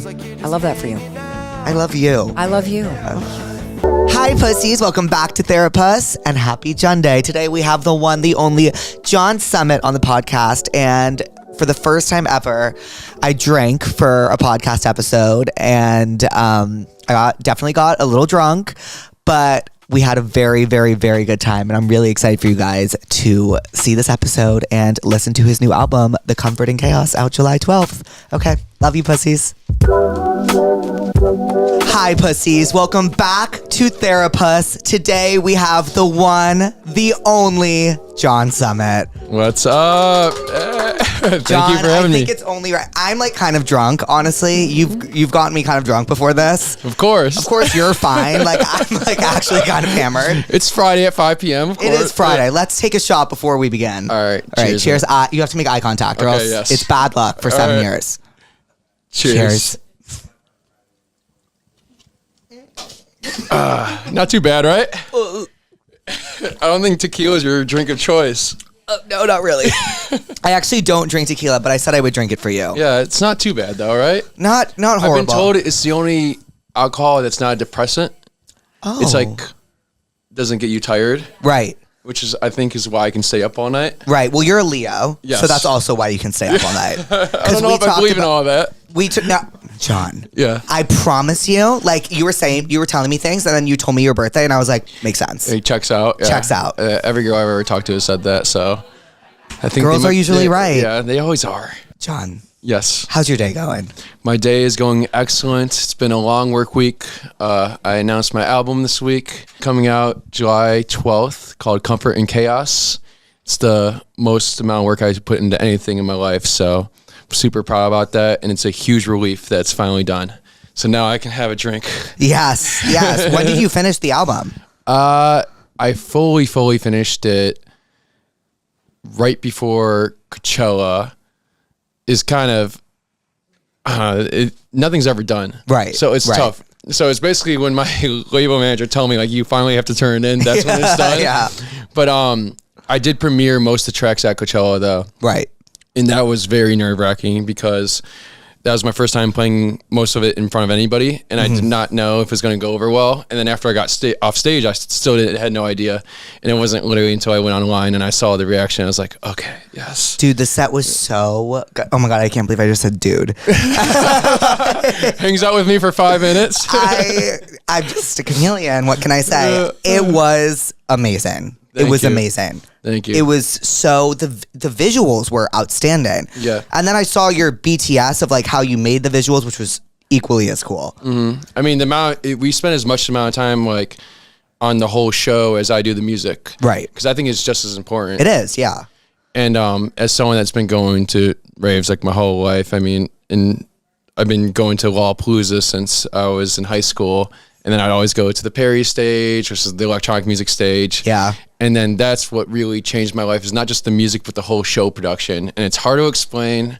I don't know how much of your viewers listen to dance music. I honestly think more of them than you would imagine. Okay, cool. Because in my head, it's still so niche. And in my head, I'm still super niche too. So when people recognize me as some public, I don't get it. Yeah. But if you go to a show, I do think it changes your life a little bit. Not just my show, but any electronic music. Was there a show that changed your life? Like from Lollapalooza, from the Perry stage, from whatever? Was there a show that you were like, I have to DJ? Deadmau5 2011, Lollapalooza in the pouring rain. Oh, wow. And I was on a couple extracurriculars, to say the least. But it really, like, it was life-changing because I've never heard music like that. There was no vocals for, like, the first 15 minutes of the set. And then once the vocals kicked in, it was Ghosts and Stuff, and then the Rob Swire vocal kicks in, which is why I kind of really do vocal-heavy music. Right. Is that it was just absolutely euphoric, and I'm like, this is what I want. I have no idea how I'm going to do it, but this is what I'm going to do. How did you do it? Like, how did you, like, you said you worked and you went to college and well, because I mean, I come from a middle-class background where, you know, you have parents that are like, you have to get a job, you have to go to college, get a job, do your thing. Yeah. Like, if I was like, I'm going to be a DJ, they'd be like, what the fuck are you talking about? So I went to just business school, and then on the side I was DJing and learning how to make music and releasing music, and slowly started building a following. Like just online though, on SoundCloud, right? Like not like actual, no one would recognize me in public or anything, right? But very, very niche following. And then before you know it, some people, label heads, like they listen because we're always looking. Because I own my own label now too. Congratulations! Thank you. But before you know it, like after like 30 or so releases, you know, I had one track that really stuck, which is Deep End, June 2020. And then from there, just everything started blowing up. Wow. So it's taken a while. It's taken about 8 years of releasing music. But here we are. Now I'm doing podcasts. Wait, so I was just educated about rave culture, and apparently you guys trade friendship bracelets? Oh, yeah. Okay. So I made you a few friendship bracelets. No way. I'm glad that you know the culture, by the way. I'm impressed. I know plur. Okay, yes. Peace, love, unity, and respect. Yes. What is it? Do you ever do it when you're like, peace, love, unity, respect, and then you trade? Yeah. Yeah, I was taught about it. You down to do it right now? So this one, yeah, I do want to do it right now. So I have I'm curious what these say. I have a few for you. Okay, cool. Okay, so this one says, okay, hold on. This one says, we love John. Oh, wow. Do I have to do like the peace love thingy? Do you know how to do it? Okay, hold on. Okay, ready, everyone? Yes. Peace, love, unity, respect. There you go. He didn't really do it right, but it's the thought and the effort that counts. It's the thought. It's the thought. Okay, You have to do it for everyone, though. This one says, how we feeling? Yeah, how the fuck we How the feeling? fuck we baby? feeling? There we go. All right, hell yeah. And then this one says, Mr. Summit. Okay. Yeah. So I'm going to be honest, Alice made these for you. Yes. And she was like, don't tell him I made them for him. You have to say you made them for him. But she made them for you. It was you that made them. It was me that made them. And then this one says Puss Nation, which I just want you to have selfishly. All right, of course. I'll rub this on my flight tonight. Oh, please. This one says Shiver. Okay. Oh, I'm full on. I'm going full rave kid right now. This one just says John. I'll take it. I love this look I got going right now. This one is... What does it say? Puppy. That's what my mom calls me. Oh, I love it. Your mom calls you puppy? Yeah, she calls me Puppy Cake. That's adorable. So man. we're full rave kid now. Yes. Okay, so you saw Dead Mouse in 2011 and you were like, I'm going to be a DJ. And then after that, where you're like, you just started learning immediately? So from there, I learned how to DJ, but then immediately I'm like, it's not fun to DJ. To no one. Well, yeah, to no one. Well, no, because you can always DJ to your friends. So I feel like that's what most people do. They get like a DJ decks and like for after parties and whatever. But I knew that I wanted my own music too, because people like you can entertain the party, but people aren't connected to the show or whatever unless they know and stuff the music. So that took a while. But I was like, I went to college. I did the whole normal college life. Was in a fraternity, all that stuff, DJing the frat parties, eating the bars. But secretly, I was making my own music, and then my music sucked for like the first 5 years. So I'd put in my own tracks in the set, and then like the whole crowd would die, and I'm like, back to the drawing board. I'll just bring in. So you were like humbled by it. Oh yeah. Because whenever that would happen, then I would just like play the Chainsmokers or something, and then all the girls would start cheering again. I'm like, all right, thank God, saved the party. But then eventually, though, my music really started sticking, and then it really wasn't until 2020 when we were all kind of not allowed to leave the house, that my music really started connecting with people. And I don't know what it was about that. I think it's because... You think it's because you were putting in more effort because you weren't, like, you had more time? I have a lot of thoughts on this, but my true thoughts, I guess, are that everyone else who was already like kind of rich and successful took it as a time to decompress and relax, where I was completely broke and living at my parents' house. And I'm like, I'm going to make 200 tracks. I'm going to make 2 tracks every day, send it to labels. And I treat it as like the craziest year of my life. And then I signed to a bunch of labels and then took advantage of that, I guess. And then, which is great though, because I learned so much. And then from there, it's been nonstop. I mean, you're kind of similar though yourself, though, I guess, right? John. Where you were telling me earlier, where I asked you, I'm like, how many TikToks did it take to blow up? And you said 1 TikTok. Okay, well, which is incredible though, which is so respectable, because then from there you did like 1 million after that, and they all did like equally as well or even better. Well, I think I was trying to be cool, because like what I didn't say was that I used to post 7. I think what was it? It was like 10 to 14 times a day. And it was literally anything you could imagine. Like I would post like, I used to have this series where I would like, it was so stupid. Like something about straws. Like it was just stupid. Like I would post anything, but the skits, it was one and done. So you were a creator though. And it wasn't until you figured out what your lane was. Yeah, So for me, I was creating underground tech house for the longest time and different kinds of things. And it wasn't until I added the deep end vocal on top of my beats that it made it work. Where for you, it's kind of like you had to find out what your niche lane was. Yeah. And then you found the skits, and then you owned it. Because it's like literally, it's like mini NSNL skits kind of thing. John, stop. That's gonna happen. That's gonna happen someday. I'm calling it now. Oh, stop. Seriously, I'm blushing. I don't know what to do. Thank you. Yeah, it's happening. When were you like, I've found my niche? Like, when were you like, I'm doing this, I'm doing it right, I'm gonna keep going? Because like for me, it was the skits, and I was like, I'm gonna full speed ahead on this? When for you was like, okay, this is my niche, full speed ahead? Well, so for me, because I was already making money doing accounting, is that I knew that I found my niche not in the fact of making money, but just found it in that I loved the music. Right. And I went to like a Dirty Bird party in like I think 2016. I don't know if you know. It's more underground tech house, but and I probably don't. But tell me anyway. But it was like there's some party barbecue in Detroit where they're playing tech house to like 100 people, and I just fell in love with the music, and then I started making it. And then, I don't know, I like doing things that no one else is doing. Right. Which is a kind of reason why I'm doing an album right now is because no one else is doing an album. Yeah. Especially in my lane, where I could just keep making the same big song over and over again. But that shit bores me. Because as soon as I start doing something and everyone else does it, I think it's not cool. Right. Right. And it's also important to make an album because you're giving the people that listen to you like a body of work to listen to in total. Yep. And like, it's always so important. I mean, I'm the biggest music fan forever. And like, I always take albums and like put them in parts of my life. Mm-hmm. So like what you're doing is like, you're kind of being like, hey, house music isn't just, I'm not just putting out single after track after track after single after track after track after track. I'm going to give you a full body of work that's coherent and makes sense. That can maybe soundtrack like a part of someone's life. Exactly. Like, you know what I mean? I think a single has a shelf life, and you might think of one specific memory, you know, when you're maybe in some summer 2016 when you heard that one single, but if you know legit albums and you can connect to that body of work, it actually is a part of your entire life. It's a part of your entire life. What's your favorite album? Well, there's a few.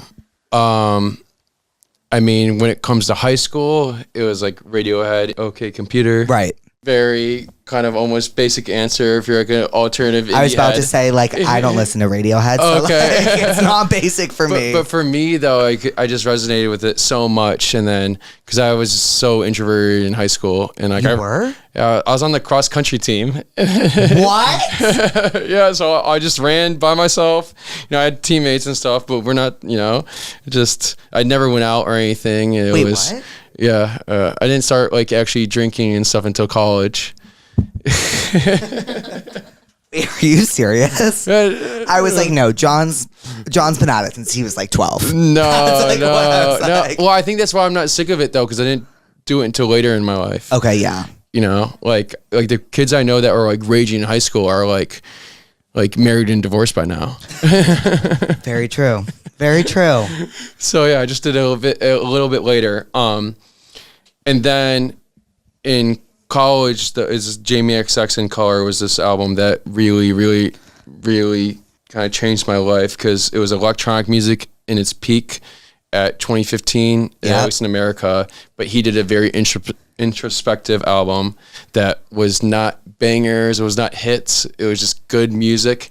It's kind of like he was a 2015 version of Fred again. Right. To give example. Yeah. Very, very good comparison. Yeah. I saw Jamie XX live. I think it was 2016. Oh wow! All right. And it was the best concert of. I mean, that was the album with Good Times, right? Yes, exactly. He- you know your shit. All right. Oh yeah. Kind of. I doubted. I know, kind of. He did this remix of when I saw him. He did this remix of "Don't You Want Me, Baby," and it changed my life. Like I was like, this is why live music is so important because, especially for you guys perform all these the DJs perform all this music that like they don't release, but they'll remix these songs live, and they just hit so different, and like it makes you be like, I need to go see that set again in person instead of just streaming their music. That's funny because like 6 months of 2022, I ended all my sets with "Don't You Want Me, Baby?" Yeah.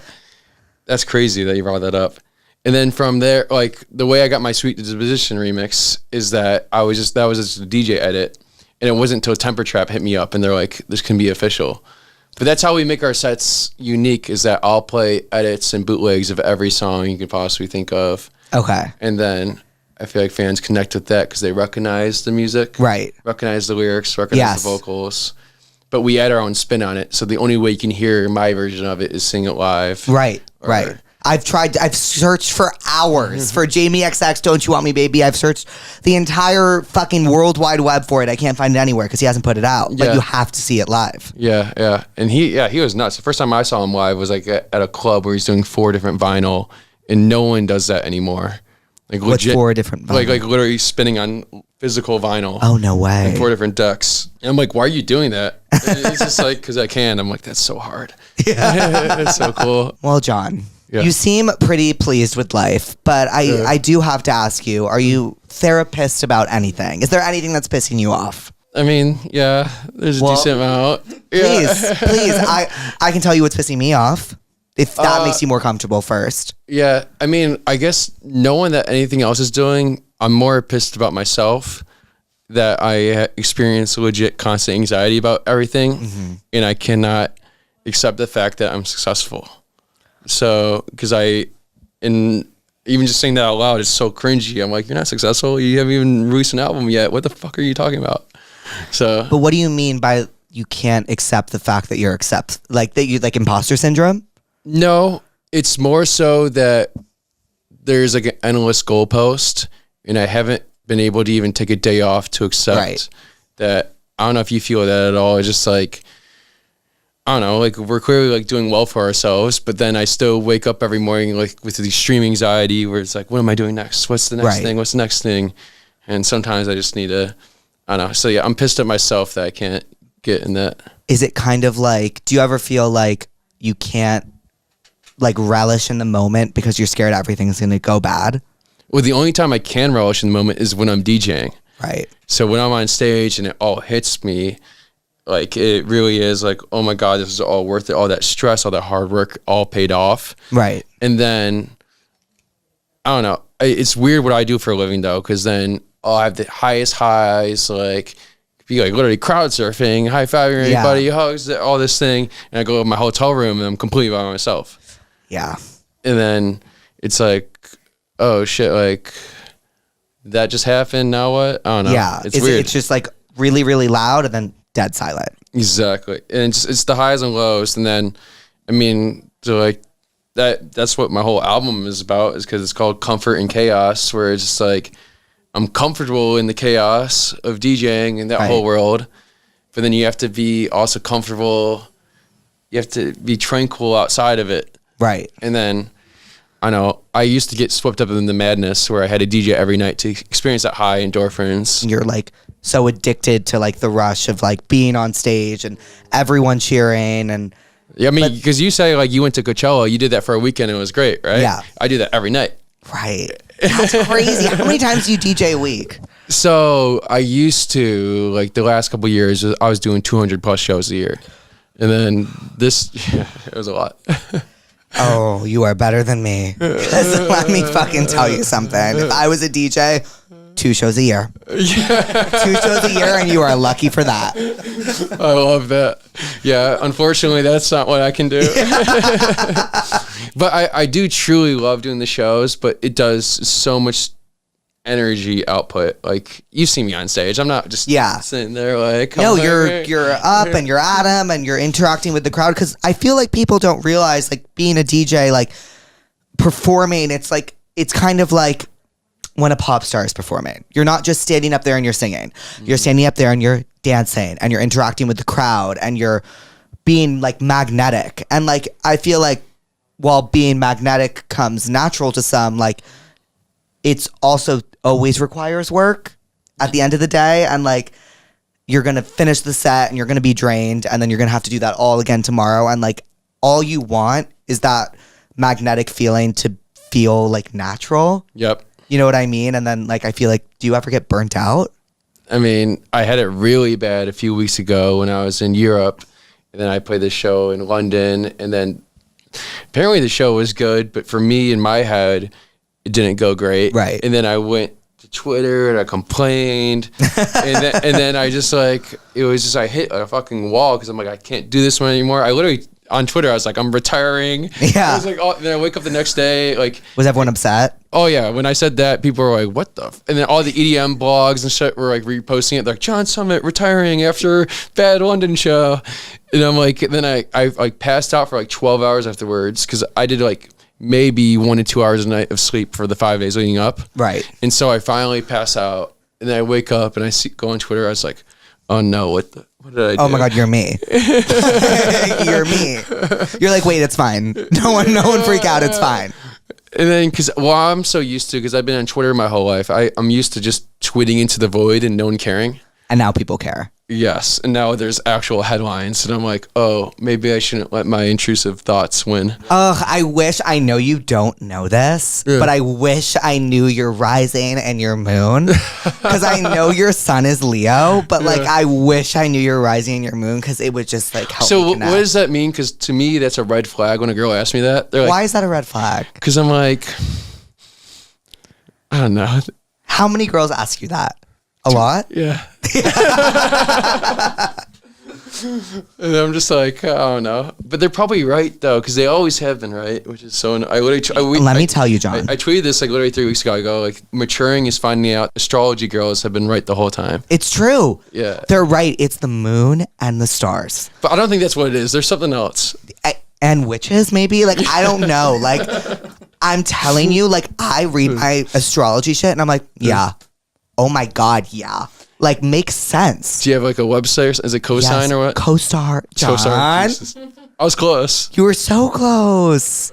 Do you know your birth time? Does your mom know your birth time? My mom knows my birth time. I've asked her like 5 times. Okay. Yeah. After this, I'm going to get your birth time and put it into CoStar, and I'm going to get your rising and your moon. Well, the last time I did that, I was at like dinner with a girl, and she asked me for my birth time stuff, and I did ask my mom at dinner, and she sent it to me, and then I gave it to her, and she goes, "Makes so much sense." Well, what was it? Yeah. Well, I don't remember because she said it in like a derogatory way. She's like, "Makes so much sense." Popculture Gemini rising. I know it. I know it because that's what I am. And that's what everyone says. Yeah. I'm just thinking we're the same. I'm like, all right, like screw this. I'm not sharing this anymore. Oh my God. Okay, before we get into the tell me what's wrongs, I think we should take one more shot. Down. Well, can you grab me the alcohol? Okay, ready, everyone? Okay, we're gonna take a shot to do. Sorry, John. You've got me drunk for this. This is kind of a fat shot too. No, is it? Oh no, it's really small. I feel like I'm gonna pass out by the end of this, and I'm supposed to go out tonight. Are we drinking the whole thing? Oh. No, let's go for it. Cheers. Eyes, remember. Yes. Bad luck. Yes. Cheers.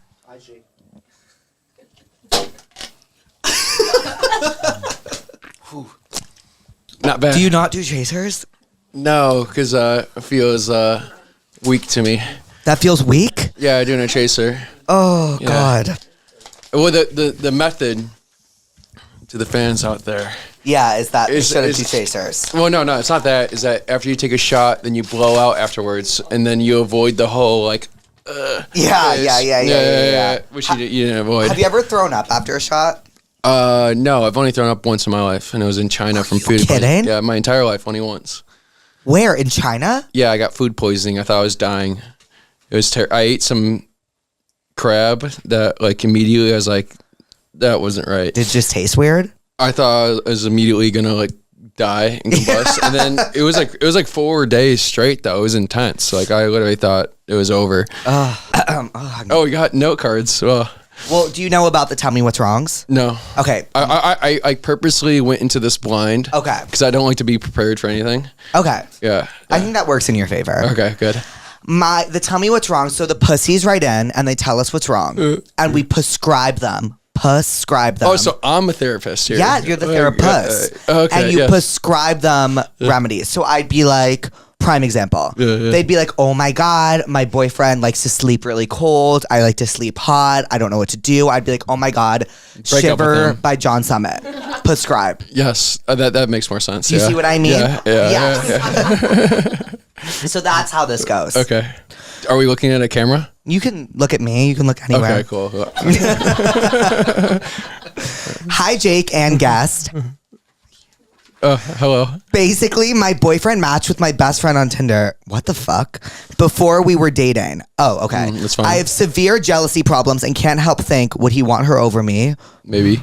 The answer is yes, and I'm so sorry. No, I mean it depends like what night it is, right? Like well, I don't know their personalities. I don't know the situation here. Is that as a single guy, is that you're attracted to pretty much anyone who's attractive, right? Okay. And so that means that if the one that landed him, that means, well, I'm the more attractive person. Maybe, unless she denied him.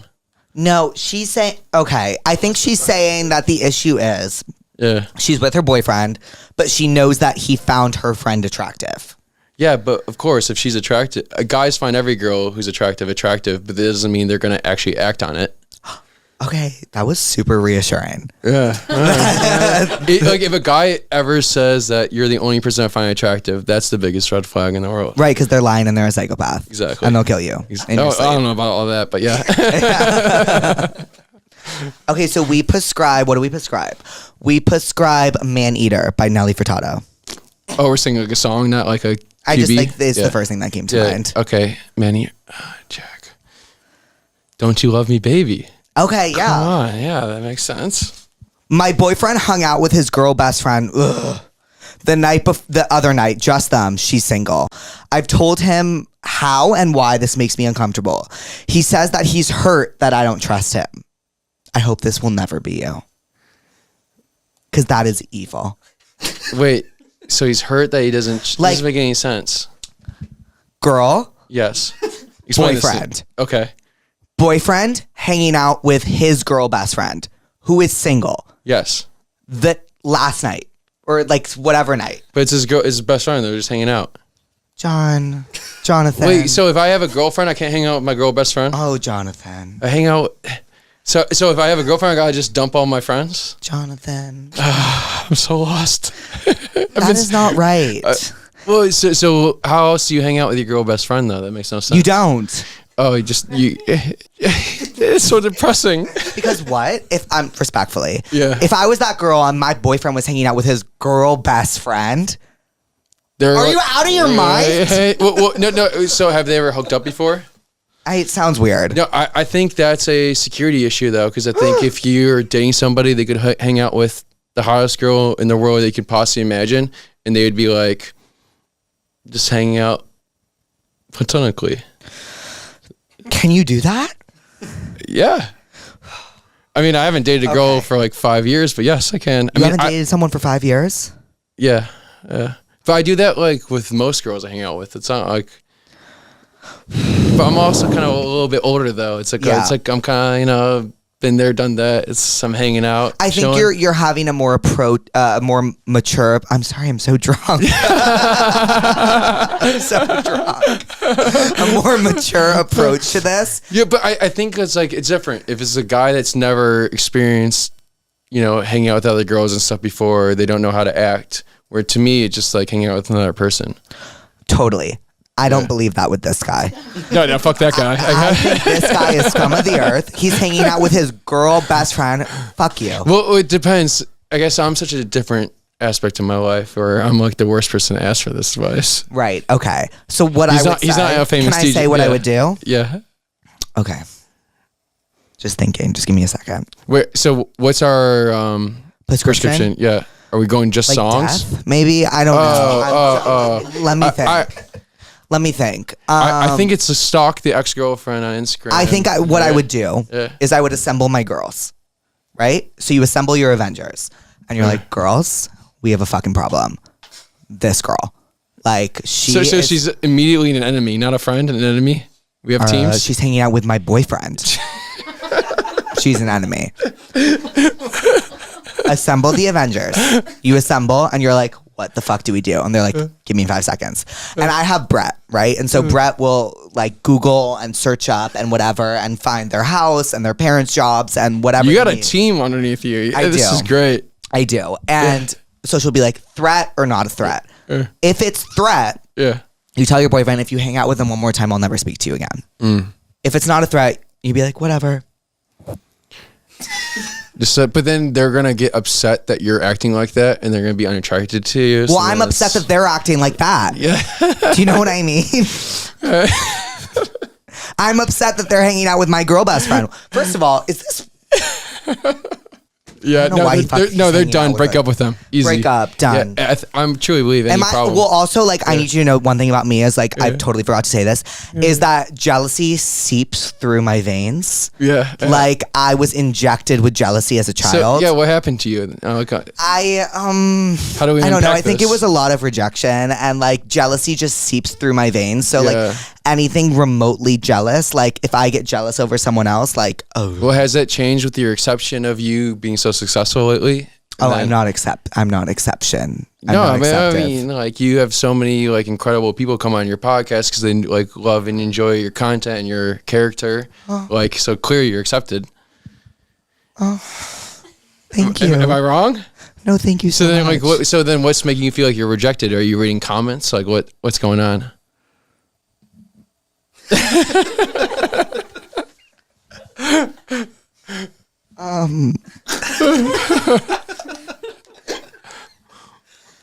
don't know. You don't know? Well, you're definitely accepted. I mean, By you? I hope I am.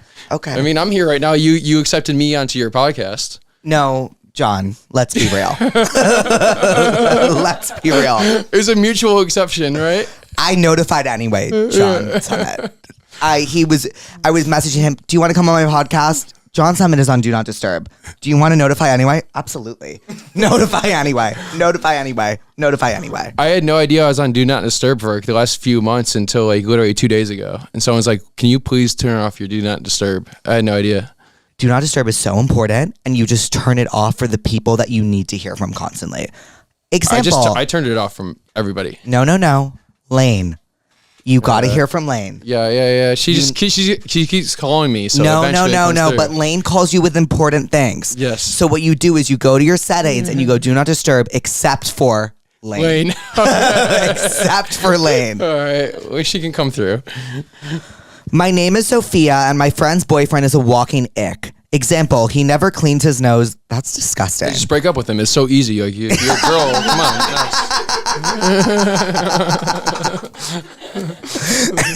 And he only talks about sexual things and they are so toxic. How do I tell her she needs to break up with him? Imagine if a guy said like my girlfriend is a walking ick. It's the most ridiculous statement ever. Done. Just break up with them. Next. Done. Okay. Have you ever seen like the MTV show Next? Of course. Yeah, and they walk. Sorry, I lied. I haven't seen that. Yeah. Oh wow. So you're young. Oh well. Thank you.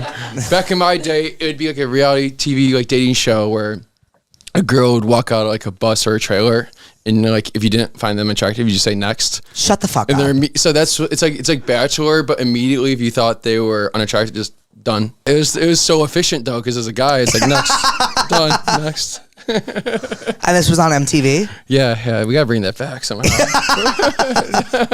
You know what I'm talking about, right? I prescribe. Room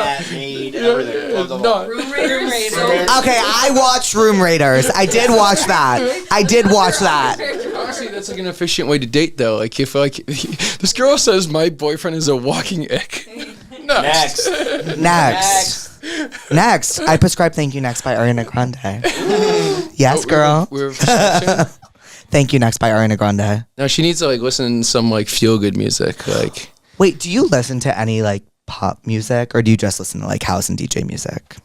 I've been trying to get into it lately because I'm very enamored by pop performances because like their like confidence and character. Like, I mean, even like Dua Lipa is like I'm a big low-key fan of Dua Lipa. Mm-hmm. And because she used to not be a great, I don't know if I can say that, but she used to not be the best dancer, but now she like fucking owns it. And then I'm the same way where like, at first I wasn't used to dealing with big crowds or anything, and now I really own it. And I think she's like literally the same age as me, where it makes sense. So, like, it's not a normal thing as a person to play in front of hundreds of thousands of people, tens of thousands of people.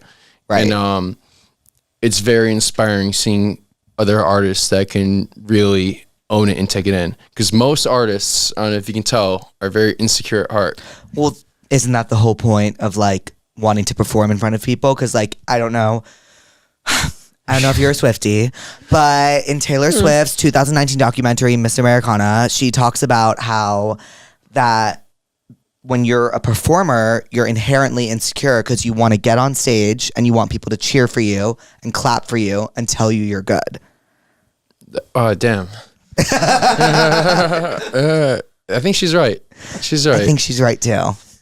But like, doesn't Taylor know that she's gonna get that no matter what? Like Taylor could walk on stage and everyone's like, yes. No, I think. But I guess that was 2019 though. That was pre-COVID, because after COVID, she became like literally dominating the world. Like, she's the biggest pop star the world has ever seen since Elvis. It's nuts. You literally don't want to get me started about Taylor Swift. Respectfully, like, I won't shut up about it. So like, we need to move on because I will not stop talking about Taylor Swift. Do you like Taylor Swift? If I'm honest, if I'm really honest, I just haven't listened to the music because it's such a deep lore. Know what Taylor Swift is? What? She's a 10-season TV show that I cannot commit myself to go into. Okay. But I know everyone's like, this is a great TV show. Like, watch Bridgerton. I'm like, I'm not listening to this. Right. Here's what I'm going to do. Yeah. Here's what I'm going to tell me I got to listen. I'm going to send you, because I feel like I know you by the end of this. Yeah. I'm going to send you the songs I think you'll like. Okay. And then you'll be like, wait, I'm kind of addicted. What do I do? And I'll be like, oh, what do? You listen to this song. So then it gets deeper, and then you'll get deeper, and you'll get deeper and deeper and deeper and deeper and deeper, and then you'll just be a Swiftie. And then I just abandon. And then it'll be like, I abandoned my career, and I just like become. No. a Taylor. No. Then it'll be like, but Daddy, I love him, John Summit remix. Do you know what I mean? Like, it's just happening. Not the worst idea. John. I kind of see that is a timeline I could pursue. John, if you remixed a Taylor Swift song, I would kill myself. like a happily kill, like No, happy kill myself. Okay, Happy okay. kill. Happy kill. That sounds fun. All right, I'll figure it out. I love summer, but that means more swimsuits and summer clothing. God bless. I like the styles. However, I'm not quite up to summer bod material yet. Do you guys think I'm up to summer bod? I think you look really good. Really? Wait. So people are embracing the term bop? Is that it's Bod. like? Oh. I was invited to a pool party and I'm not sure if I want to go. ... Please help. Okay. Totally understand. I feel that. Sometimes I feel like I'm in. Oh, shut up. Shut up. Let me take this one. Okay. Listen.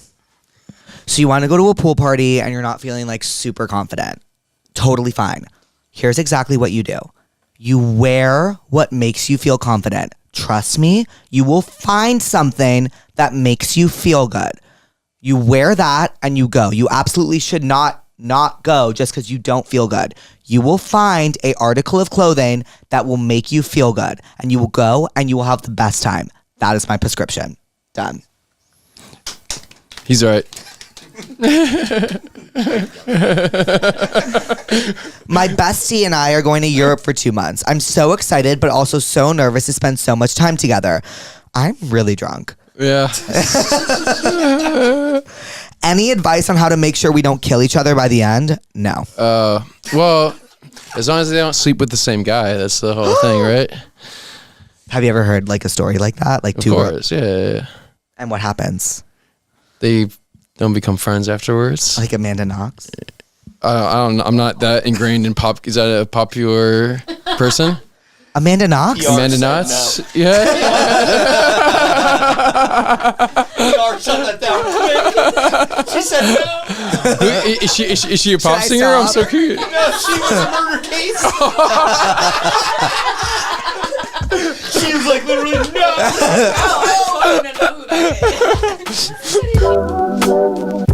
Okay, should we take one more shot? Yeah, let's go for it. Eye contact. I'm ready. Eye contact? Yeah. Cheers. Cheers.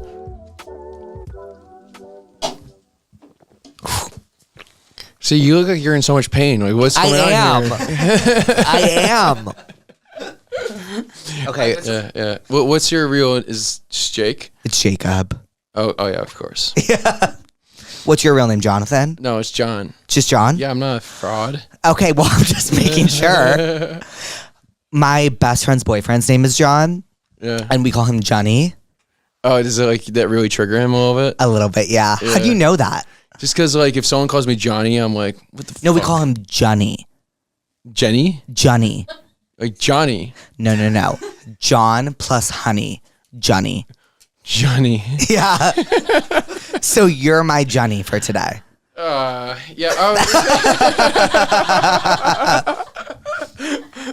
It's endearing. I like it. No, Johnny's great. We're like Johnny, and then like we also have John Day, which is John Sunday.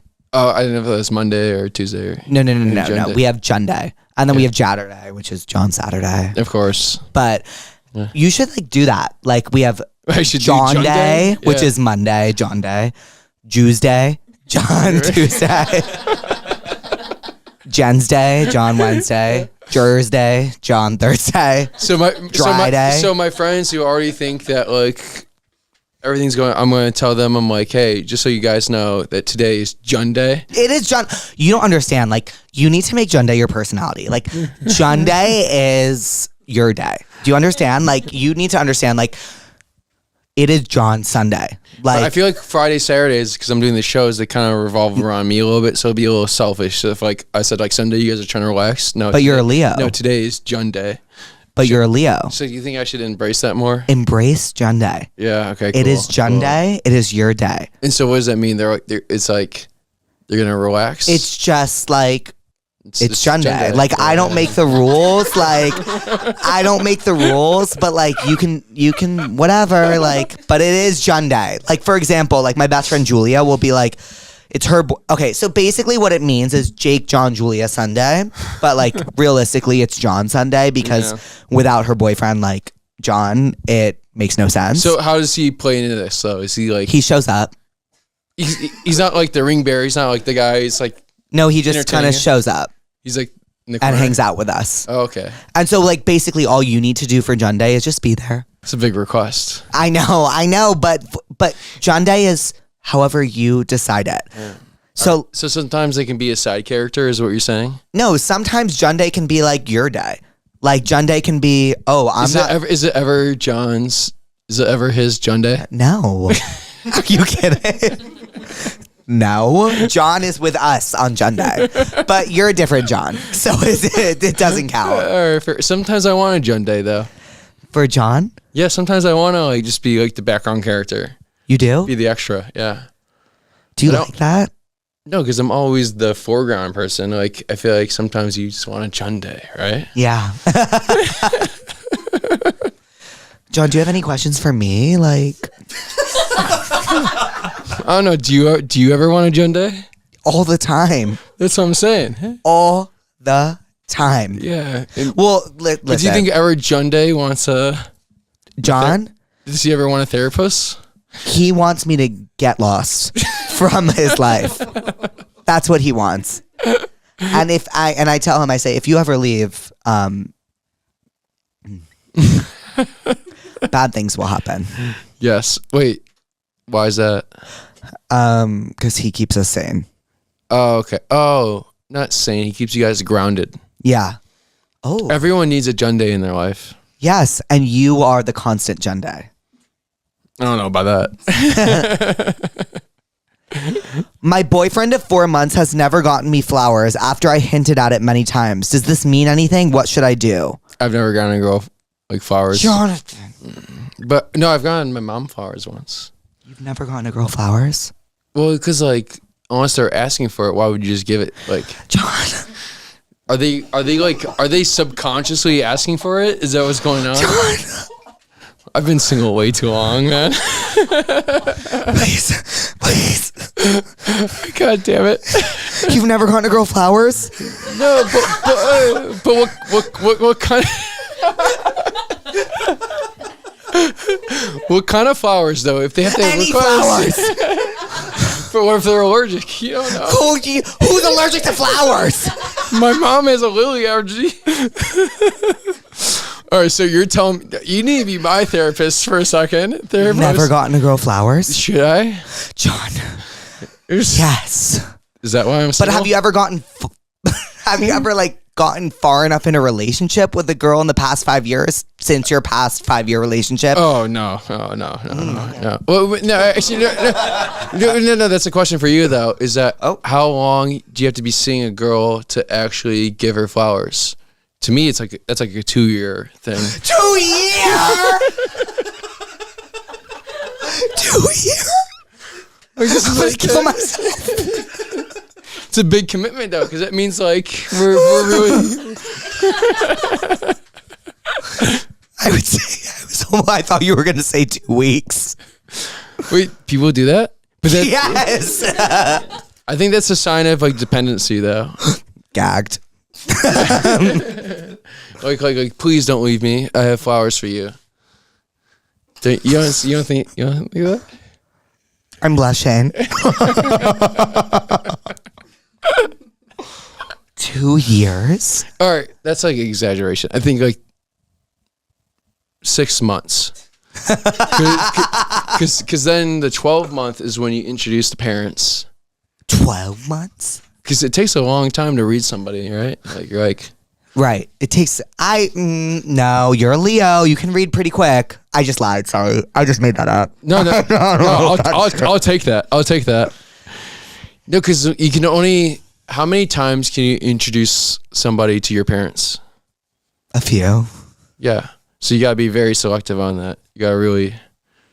When's the last time you introduced a girl to your parents?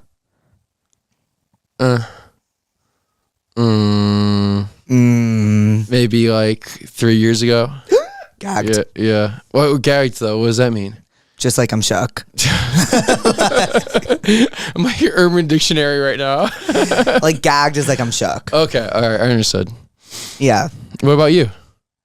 John, I haven't had a boyfriend ever.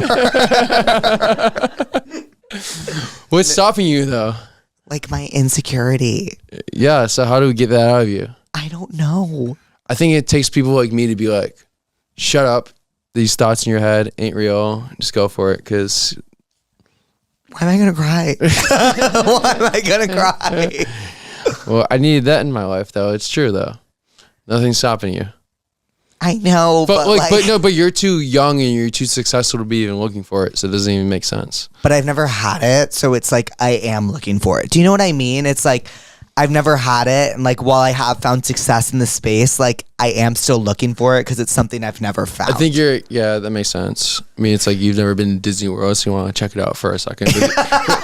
But you're going to show up and you're going to realize like, this shit sucks. Really? That's what I think at least. But you're not talking to the right person about this. Can I introduce you to someone? Yeah. She's right behind you. Cassandra? Which one? We got 2. Okay, that's Aquarius. Aquarius big is one? fine, but Cassandra. This is Cassandra. Come here. Yeah. Are you fucking kidding me? She's beautiful. Well, John, what did we learn today? What did we learn today? I feel like we learned a lot. Did we? We're kind of back at ground zero. I feel like we have a lot to learn. I think yeah, you know what? Maybe we leave it at that. Like, we have so much to learn. Yeah, and we don't know it all. But why do your fans ask you questions? Do they think that we know it all, or do they want a fresh perspective? I'm very curious. I think they just want an organic perspective. Yeah. Like, they want a perspective of a friend. That's like, I'm in the same boat as you, and like, I'm going to give you the same advice you would give yourself. They want to be validated. Yeah. And you know what? Isn't that all anyone ever wants? That's so true. Well, John, thank you for coming on Therapuss. I actually don't know what just happened. I think I blacked out. John, Yes. I love you. That was amazing. I love you too, man. You're great. Okay. You're great. You're great. Thank you. Yeah, you're incredible, man. You are incredible. You're infectious. Your energy's great. I got introduced to you by multiple of my friends from Miami. They sent me your videos. I was like, who is this kid? You're going to be a star. You are a star. John. You got to hear that, though. You got to hear that from somebody. So it's true. John, I'm like, thank you. Thank you, John. Yes. Yeah, Pussies, would you want to give a little bye, pussies? like, how do I do this? Okay, so you go, bye, pussies, tense up. Tense up? Yeah, you put your thumb down. When I do the tense? Yeah, I'm looking at which one I'm looking at? this one. All right. Wait, how do I do it again? Bye, pussies, Okay. tense up. All right. Bye, pussies. Tense up. Yeah!